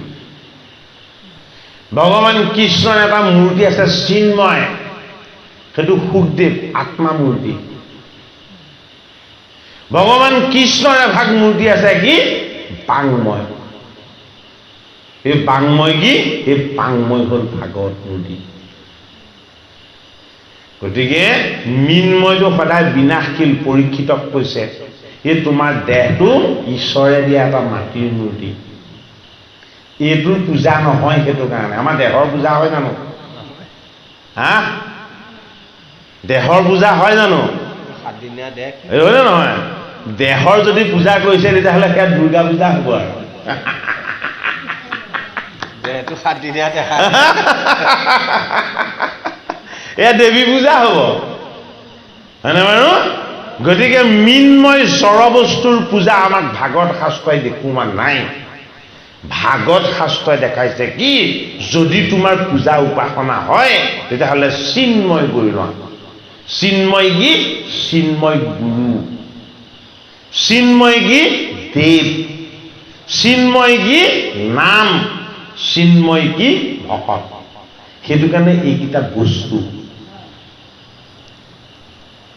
এইকেইটা সেইটো কাৰণে বস্তু বুলি কোৱা হয় 4 বস্তু বুলি কোৱা হয় কিয় 4 বস্তু বুলি কোৱা হয় এইকেইটা চিন্ময় চিন্ময় মানে হয়তো পিছনৱদ্বয়াত্মা ভূতানামিছৰু অপিছনা প্ৰকৃতিম সাম অধিষ্ঠায় সম্ভমামি আত্ময়া গীতাৰ জ্ঞান যোগত ভগৱান কৃষ্ণই অৰ্জুনক কৈছে বোলে হে অৰ্জুন মোৰ তত্ত্বটোক তুমি এবাৰ শুনা তুমি বুজি লোৱা বোলে কি তোমাৰ সন্মুখত ৰৈ মই ইষত হাঁহি যে তোমাক গীতা কৈ আছো বোলে এইটো মোৰ কি জানা এইটো মোৰ চিন্ময় ৰূপ এইটো তোমাৰ নিচিনাকে মাটিৰ মূৰ্তি নহয় অৰ্জুনৰ মূৰ্তিটো কিহৰ মাটিৰ মৃন্ময় তুমি মোৰ মাটিৰ মূৰ্তি আৰু মই কি তুমি আৰু মই অভেদ্য সেইটো কাৰণে তোমাৰ মাজত তুমি মোক নেদেখা কিন্তু মই মোৰ মাজত তোমাক দেখা পাওঁ বস্তু তুমি বুজিব লাগিব তেওঁ চিন্ময় সেইটো কাৰণে মই মোৰ মাজত জগতক সংসাৰক জীৱক এই সমস্তখিনিক মই মোৰ মাজত দেখা পাওঁ আৰু সেই অৰ্জুন তুমিনো কিয় তোমাৰ মাজত মোক দেখা নোপোৱা তুমি তোমাৰ মাজত মোক দেখা নোপোৱা কিয় জানা তুমি জন্ম হোৱা আৰু তোমাৰ মৃত্যু হয় সেইটো কাৰণে তুমি তোমাৰ মাজত মোক দেখা নোপোৱা আৰু মই মোৰ মাজত তোমাক আৰু জগত সকলোকে দেখা পাওঁ কিয় জানা মোৰ জন্মও নাই মোৰ মৃত্যু নাই মোৰ জন্ম নাই মোৰ মৃত্যু নাই সেইটো কাৰণে গোটেইখিনিকে অন্তৰ্যামী ৰূপত মই জানো তোমাৰ জন্ম আৰু মৃত্যু আছে সেইটো কাৰণে তোমাৰ লগত মই দিয়া মায়া আছে সেইটো কাৰণে তুমি নিজকো নাজানা মোকো নাজানা হয়নে সেইটো কাৰণে তুমি মোক এবাৰ চাই লোৱাচোন এতিয়া অৰ্জুনে যেতিয়া কৃষ্ণৰ ফালে চাইছে কৃষ্ণটো তাত নাই কি হ'ল কৃষ্ণই মোক তেওঁৰ ফালে চাবলৈ ক'লে আৰু মই চকু মেলি চাইছো যে মোৰ সন্মুখত যেতিয়া কৃষ্ণ নাই হে কৃষ্ণ তুমি ক'ত গ'লা তোমাৰ ফালে চাবলৈ ক'লা তোমালৈ চাই দিলো আৰু তোমালৈ চোৱাৰ লগে লগে তুমি অন্তৰ্ধান হৈ দিলা তেতিয়া কৃষ্ণই আকাশৰ পৰা কৈছে যে হে অৰ্জুন কিয় তুমি মোক দেখা নাই মইতো তোমাক দেখা দি আছো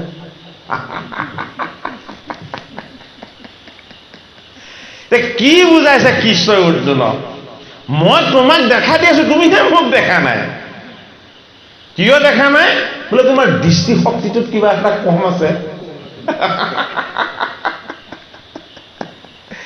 কি কম আছে বোলে তোমাৰ দৃষ্টিত মায়া আছে সেইটো কাৰণে তুমি মোক দেখা নাই তেতিয়া কি কৰিলে ভগৱান কৃষ্ণক দৰ্শন পাবৰ কাৰণে অৰ্জুনে আকৌ ভগৱান কৃষ্ণৰ নাম ল'লে হে নিৰ্গুণ নিৰাকাৰ নিৰাময় হৰি তোমাৰ কোনো আকাৰ নাই তোমাৰ কোনো ৰূপ নাই তুমি মোৰ আত্মা তুমি পৰমাত্মা তোমাক দৰ্শন কৰাটো মোৰ জীৱনৰ পৰম সৌভাগ্য আৰু দেখিছে কৃষ্ণৰ সন্মুখত হাঁহি আছে হয়নে এইটো কাৰণে আমাক পদতে কৈছে যে আন্ধাৰতে খুজি পান্ত লোকান্ত নাযায় হয়নে চিন্তামণি জন্ম হেৰা হাততে হেৰায় হৈছিলেহে জন্ম হাততে হেৰাইছিলে হয়নে বাৰু এই আনন্দময় ঈশ্বৰ তত্ত্বৰ সৃষ্টিৰ ৰহস্যৰ কথাৰ যদি ভাগ আমি যদি ভগৱন্তৰ কৃপাত যদি কেনেবাকৈ লাভ কৰিব পাৰোঁ তেতিয়াহ'লে হৰি দৰ্শন এদিন নহয় সদায় হ'ব সেইটো কাৰণে ভাগৱতত কৃষ্ণক কি কৰি দেখুওৱা হৈছে? মুক্ত কৰি দেখুওৱা হৈছে। ভাগৱতত কৃষ্ণ গোপন হৈ থকা নাই। ভাগৱতত কৃষ্ণ কি হৈছে? এফালে লৱণো চুৰ কৰিছে, ইফালে মাখন চুৰ কৰিছে, সিফালে উৰালত বান্ধ লৈছে, হয়নে? আৰু ইফালে গোপীৰ লগত নৃত্য কৰিছে। সেয়াই নহয়, অঘাসুৰ বকাসুৰ চক্ৰবাদ আদি অসুৰবিলাককো বধ কৰি দেখুৱাইছে। সেইটো কাৰণে নিৰাকাৰ ঈশ্বৰজন, নিৰ্গুণ ঈশ্বৰজন, চিন্ময় ঈশ্বৰজন, হয়নে? দেহৰূপী মিন্ময় তত্ত্বত থাকিও মিন্ময়ৰ পৰা মুক্ত, চিন্ময় তত্ত্বত থাকিও চিন্ময়ৰ পৰা ওপৰত বোলে কি? মই বাংময়। বাংময় কি? বাংময় হ'ল ভাগৱত। সেইটো কাৰণে ভাগৱত শাস্ত্ৰভাগ মত্যৰ শাস্ত্ৰ নহয়। আমি প্ৰত্যেকেই ভাগৱত শ্ৰৱণ কীৰ্তন কৰিলে এই কথাটো আমাৰ মনত সুদৃঢ় বিশ্বাস হ'ব লাগে যে কৃষ্ণ প্ৰাপ্তিৰ ইয়াতকৈ ডাঙৰ উপায় আৰু এই জগতত একো নাই। এয়াই হ'ল কৃষ্ণৰ আনন্দ মূৰ্তি। বৃন্দাবনলৈ যায় ৰাধা কৃষ্ণক চাবলৈ। ৰাধা কৃষ্ণৰ মূৰ্তিবিলাক তাৰ বৰ ধুনীয়াকৈ আছে। বৃন্দাবনত বহুত বন আছে, সেই বনবিলাকত ভগৱান কৃষ্ণৰ লীলা অৱতাৰৰ তত্ত্ববিলাক আছে, হয়নে বাৰু? এতিয়া বৃন্দাবনলৈ কোন যাব পাৰিব? ইমান দূৰলৈ ইমান সময় সংসাৰী জীৱই কেনেকৈ দিব পাৰিব, হয়নে? ভগৱান কৃষ্ণই কৈছে নেলাগে বৃন্দাবন যাব, মই ভাগৱতত বৃন্দাবনখন আনি থৈছোঁ। নেলাগে বৃন্দাবন ধামত গৈ তোমালোকে ৰাধা কৃষ্ণক চাব, বোলে কি? ভাগৱতত মই গোটেই তত্ত্ব হৈ প্ৰকাশ হৈ আছোঁ। সেইটো কাৰণে আমাৰ গোকুল বৃন্দাবন এই ভাগৱততে আছে।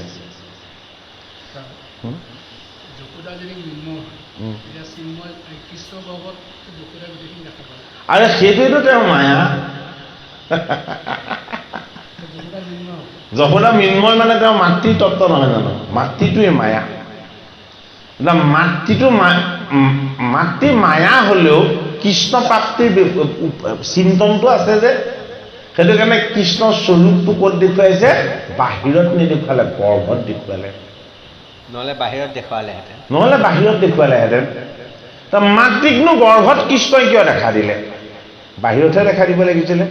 আৰে বাহিৰত মই তোমাৰ মায়াৰূপী পুত্ৰৰূপ, ভিতৰত গৰ্ভত সকলো ময়ে হৈ আছো। এয়া চাই নোৱা হা বিশ্বৰূপ। গতিকে সৃষ্টি ৰহস্যৰ কথাখিনি আপোনালোকৰ বোধগম্য হৈছেনে বাৰু? বুজিছে যদি হৈছে, যদি নাই বুজা তেতিয়াহ'লে নাই। সৃষ্টি ৰহস্যৰ কথাখিনি বুজিছেনে বাৰু? হা সৃষ্টিৰ আদিতে কেৱল তেওঁই থাকে। সৃষ্টিৰ আদিত কেৱল তেওঁ থাকে। আৰু সৃষ্টিৰ যেতিয়া ৰুদ্ৰৰূপেৰে সংহাৰ হয়, অন্ত হয়, অন্তটো কেৱল তেওঁই থাকে। এতিয়া মধ্যত কি থাকে? মধ্যত থাকে জগতৰ।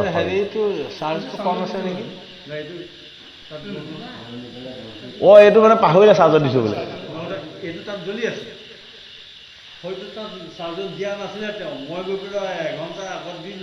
নহয়, এইটো তাৰমানে ৰেষ্টত থাকোঁতে সেইটো দি থব লাগিছিলে। নহয়, তেতিয়া আপুনি খুলি নিদিয়া নাছিলে, সেইকাৰণে পাহৰিলে। হ'ব, কোনো কথা নাই দেই। কৃষ্ণ কৃষ্ণ, একো কথা নাই। আখৰ দেখিছোঁ বাৰু। হে ৰাম,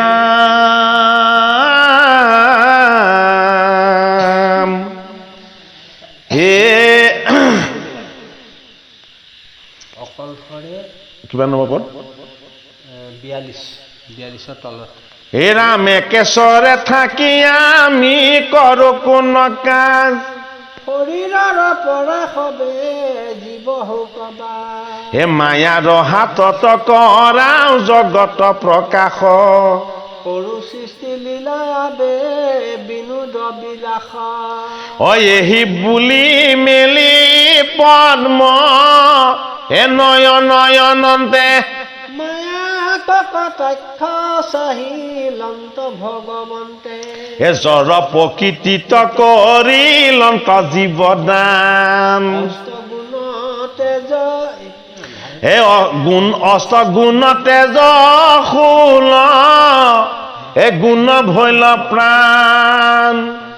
সৃষ্টি কৰিবা ঈশ্বৰৰ ইচ্ছাকাৰ পুৰুষৰ পৰা মহা মায়া ভৈলবা অনাদি স্বৰূপী ঈশ্বৰৰ অৰ্ধকাই ব্যক্ত ভৈলা মহামায়া সৃষ্টি কয় উপায় পৰমা সুন্দৰী দেৱী অদিব নাৰী বেশ কটাক্ষতে মোহ যাই জগত নিশেষ মায়াৰ ৰূপটো কেনেকুৱা অকমান যদি কেনেবাকে মায়াই কাৰ ফালে কেৰাহীকে চাই দিয়ে তেতিয়াহ'লে সেইটো কি ৰূপ মোহিনী ৰূপ তেওঁ নিজকে পাহৰি যায় হয়নে মায়ানো ইমান সুন্দৰী কিয় আৰু ঈশ্বৰৰ প্ৰকৃতি ৰূপ সেইটো কাৰণে ইমান সুন্দৰী ভগৱন্ত পুৰুষেই সেইটো প্ৰকৃতিৰ ৰূপ লৈছে তেওঁ অৰ্ধতত্ত্ব মায়াক দান কৰিছে পৰম তত্ত্ব হৈ তেওঁ হৈ আছে তেওঁ হ'ল পুৰুষ আৰু মায়া হ'ল কি মায়া হ'ল প্ৰকৃতি মাধৱ মহাপুৰুষে আমাক ঘোষাত সেইটো কাৰণে কি বুলি কৈছে প্ৰকৃতি পুৰুষ দৈৰ নিয়ন্তামাধৱ সমস্তৰে আত্মা হৰি পৰম বান্ধৱ কেউৰ কংকন ৰত্নময় হে মহাৰ ৰীতি কুণ্ডলে আতি কৰে জাতিষ্কাৰ আপুনি ৰুণ জুন কৰিবা যে পাৱতনে পুৰি ৰূপ দেখি মদনৰো দৰ্প হুৱে চুৰ চাহান যাই যেন দেৱী মহাজ্যোতি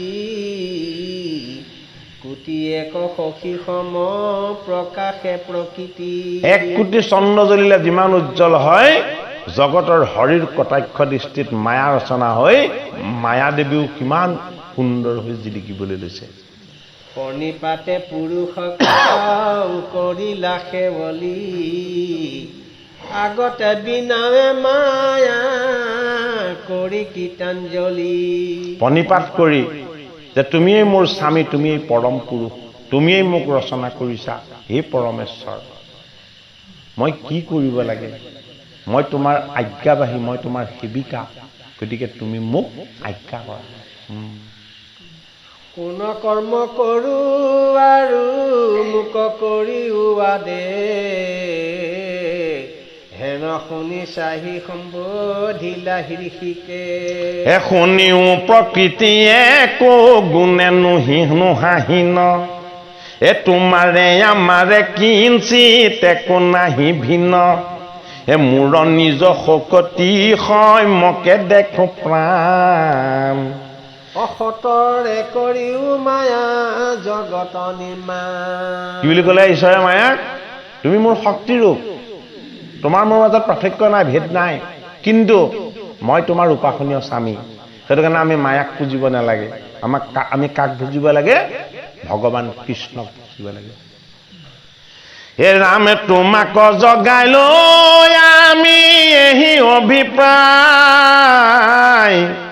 মোহ মুতে জাতুলি নযায় এহি খানে জানিও ভালে তুমি মোৰ অৰ্ধকাই তোমাৰে আমাৰে কিছু নাহি ভিনা ভিন্ন মুতে জাতুলি নযাহা এহি খানি হীন হে সতৰে কৰিও মায়া জগত প্ৰকাশ আমিও কৰিম তাতে বিনোদ বিলাস হেন শুনি প্ৰকৃতি কৰিলা প্ৰণিপাত সৃষ্টিৰ কাৰ্য কজত লাগিল তোমাৰ ঈশ্বৰ কটাক্ষ দেৱী ভৈলা গৰ্ভৱতী প্ৰকৃতিৰ পুত্ৰ ভৈলা মহতয় উৎপত্তি মহতৰ তিনি পুত্ৰ ভৈলাই অনুপাম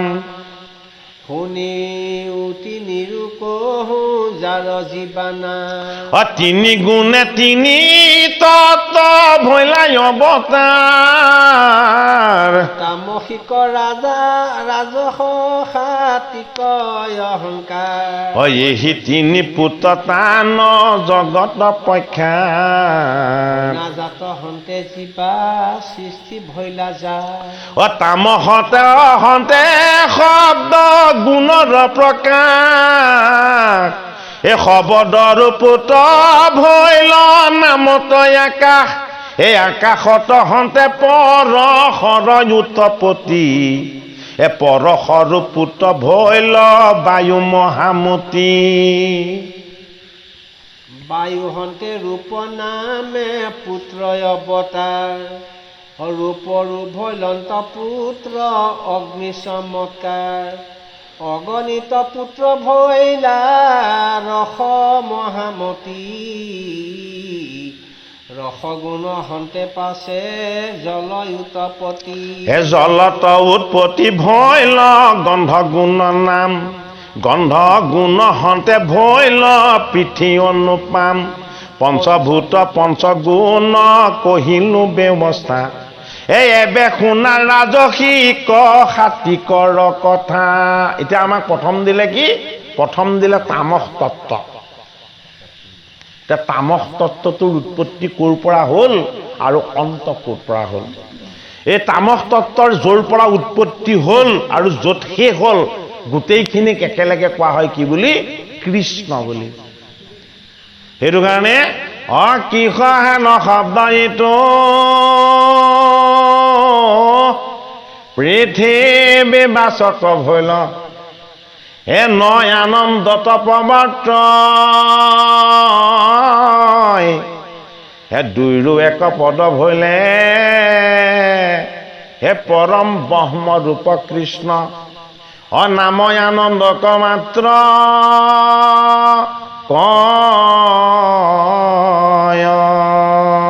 এতিয়া কৃষ্ণ তত্ত্বটোৰ উৎপত্তি ক'ৰ পৰা কেনেকে হ'ল এই তত্ত্বক আমি যদি বুজিবলৈ হয় জগতৰ হৰিয়ে মায়াৰ গৰ্ভত বীৰ্য নিক্ষেপ কৰি মায়াক তেওঁৰ সৈতে সমান শক্তিমন্ত বুলি নিজে ঘোষণা কৰি মায়াই যেতিয়া স্বামীৰূপী পৰমেশ্বৰৰ পৰম তত্ত্বত শৰণ ল'লে আশ্ৰয় ল'লে মায়া যেতিয়া গৰ্ভৱতী হৈ এটি তত্ত্বৰ জন্ম দিলে এই তত্ত্বৰ পৰা নিজে নিজেই তিনি পুত্ৰ লাভ হ'ল এটা পুত্ৰৰ নাম হ'ল হত এটা পুত্ৰৰ নাম হ'ল ৰজ আৰু এটা পুত্ৰৰ নাম হ'ল তম এই তমেই হ'ল তামস তামস অহংকাৰৰ পৰা উৎপত্তি হৈছে ঈশ্বৰ কৃষ্ণৰ পৰম তত্ত্ব সেইটো কাৰণে কি বুলি কৈছে যে তামসত হন্তে শব্দ গুণৰ প্ৰকাশ যে তামসৰ পৰা প্ৰথম প্ৰকাশ হ'ল শব্দৰ ক'ত প্ৰকাশ হৈছিলে শব্দটো ভাগৱতৰ দ্বিতীয় স্কন্ধত আমাক দিছে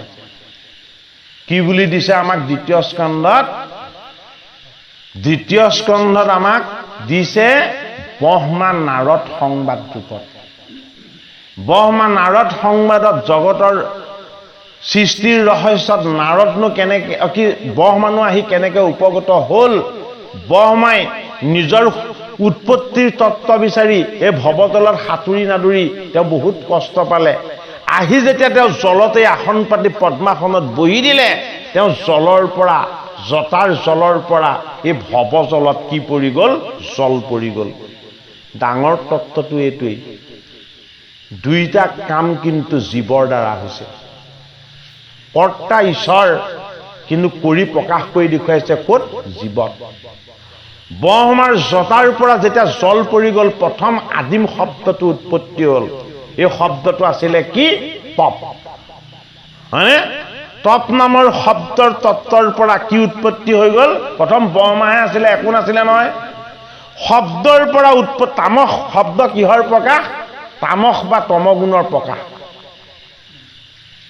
অৰ্থাৎ শব্দবিহীন অৱস্থাটো হ'ল সাত্বিক শুদ্ধ ঈশ্বৰ তত্ত্ব নিশবদ শুনা নিশবদে বুলি কয় নে নকয় হয়নে শব্দত কি আছে শব্দত প্ৰদূষণ আছে শব্দত কি আছে শব্দত প্ৰকাশ আছে শব্দত কি আছে অক্ষয় ঈশ্বৰ তত্ত্ব আছে সেইটো কাৰণে বিজ্ঞানে কৈছে শক্তিৰ ৰূপান্তৰ কৰিব পৰা যায়, শক্তিৰ কেতিয়াও বিনাশ নহয়। শক্তিৰ ৰূপান্তৰ হয়, শক্তিৰ কেতিয়াও বিনাশ নহয়। ভাগৱত শাস্ত্ৰই তাকে দেখালে।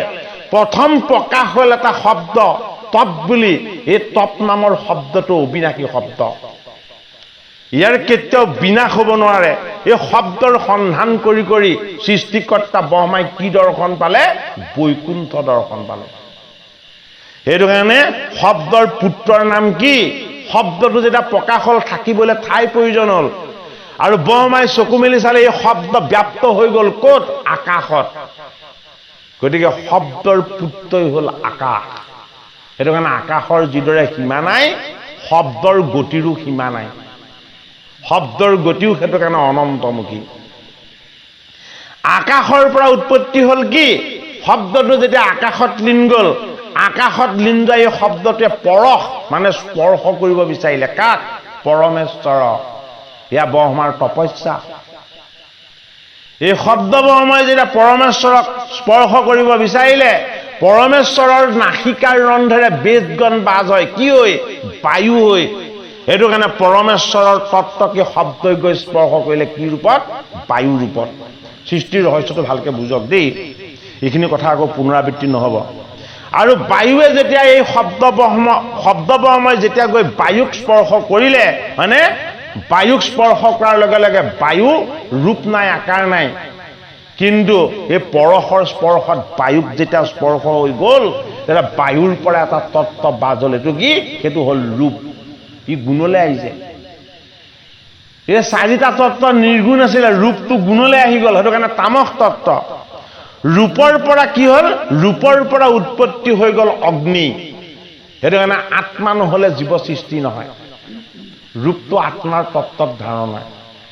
সেইটো তাৰ পৰা কি উৎপত্তি হ'ল? অগ্নিৰ। অগ্নিৰ পৰা কি উৎপত্তি হ'ল? অগ্নিৰ পৰা উৎপত্তি হ'ল ৰস। জীৱ জন্ম হোৱাৰ লগে লগে তাক ৰস লাগিব, মাতৃ দুগ্ধ লাগিব, হয়নে নহয়? হয়নে? গতিকে জীৱ এটা জন্ম হওঁতে কিন্তু মাকে লগত দুগ্ধ লৈ অহা নাই, ঈশ্বৰেহে দি পঠিয়াইছে। হয়নে নহয়? হয়নে নহয় কথাখিনি? সেইটো কাৰণে অগ্নিৰ পুত্ৰ হ'ল ৰস। আৰু ৰসত কি পালে? ৰসৰ গুণ হ'ল কি? জল। লিকুইড। ৰসটো লিকুইড বস্তু, সেইটো কাৰণে জল। জলত উৎপত্তি হ'ল কি? জলটো শুঙি চাই খাব লাগে, যদি দুৰ্গন্ধ হয় সি অনিষ্ট কৰিব, হয়নে? এতিয়া জলত উৎপত্তি হ'ল গন্ধগুণ। সেইটো কাৰণে শিশু জন্ম হ'লে কেঁচা মাছ গোন্ধায়। ক'বলৈ লাভ লগা কথা নহয়, ভাগৱতৰ তত্ত্ব কথা এয়া। মৎস্যগন্ধা, মায়াৰ তত্ত্বলৈ অহাৰ কাৰণে মৎস্যগন্ধা। আৰু কি হ'ল? গন্ধ হন্তে ভৈল পৃথিৱী অনুবাম। এই গন্ধগুণৰ তত্ত্বৰ পৰা যেতিয়া এই জীৱটি পৃথিৱী নামৰ তত্ত্বলৈ আহিলে, তাৰ পৰা কি হ'ল? ই ৰূপ ৰস গন্ধ স্পৰ্শ সকলো লগত লৈ আহিলে। পঞ্চভূত পঞ্চগুণ কহিলো ব্যৱস্থা।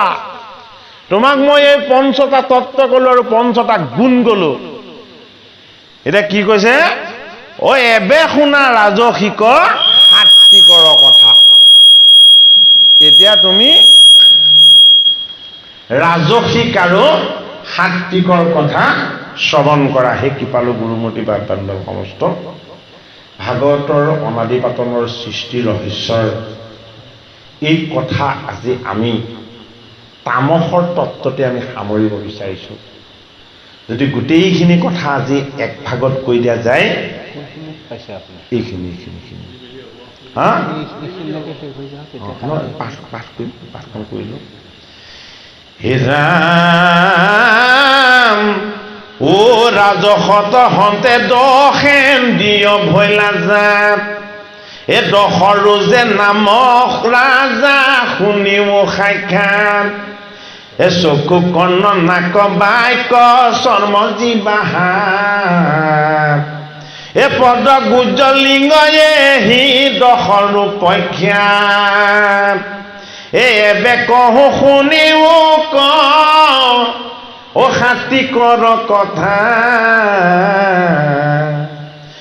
যি দেৱ ভৈল জিন্দিয়ৰ অধিষ্ঠাতা। এ সৃষ্টি কথা কহো নকৰিবা নচিত। ভিন্ন ভিন্ন কৰে কহ শুনা পৰীক্ষিত এ হৰি ৰাম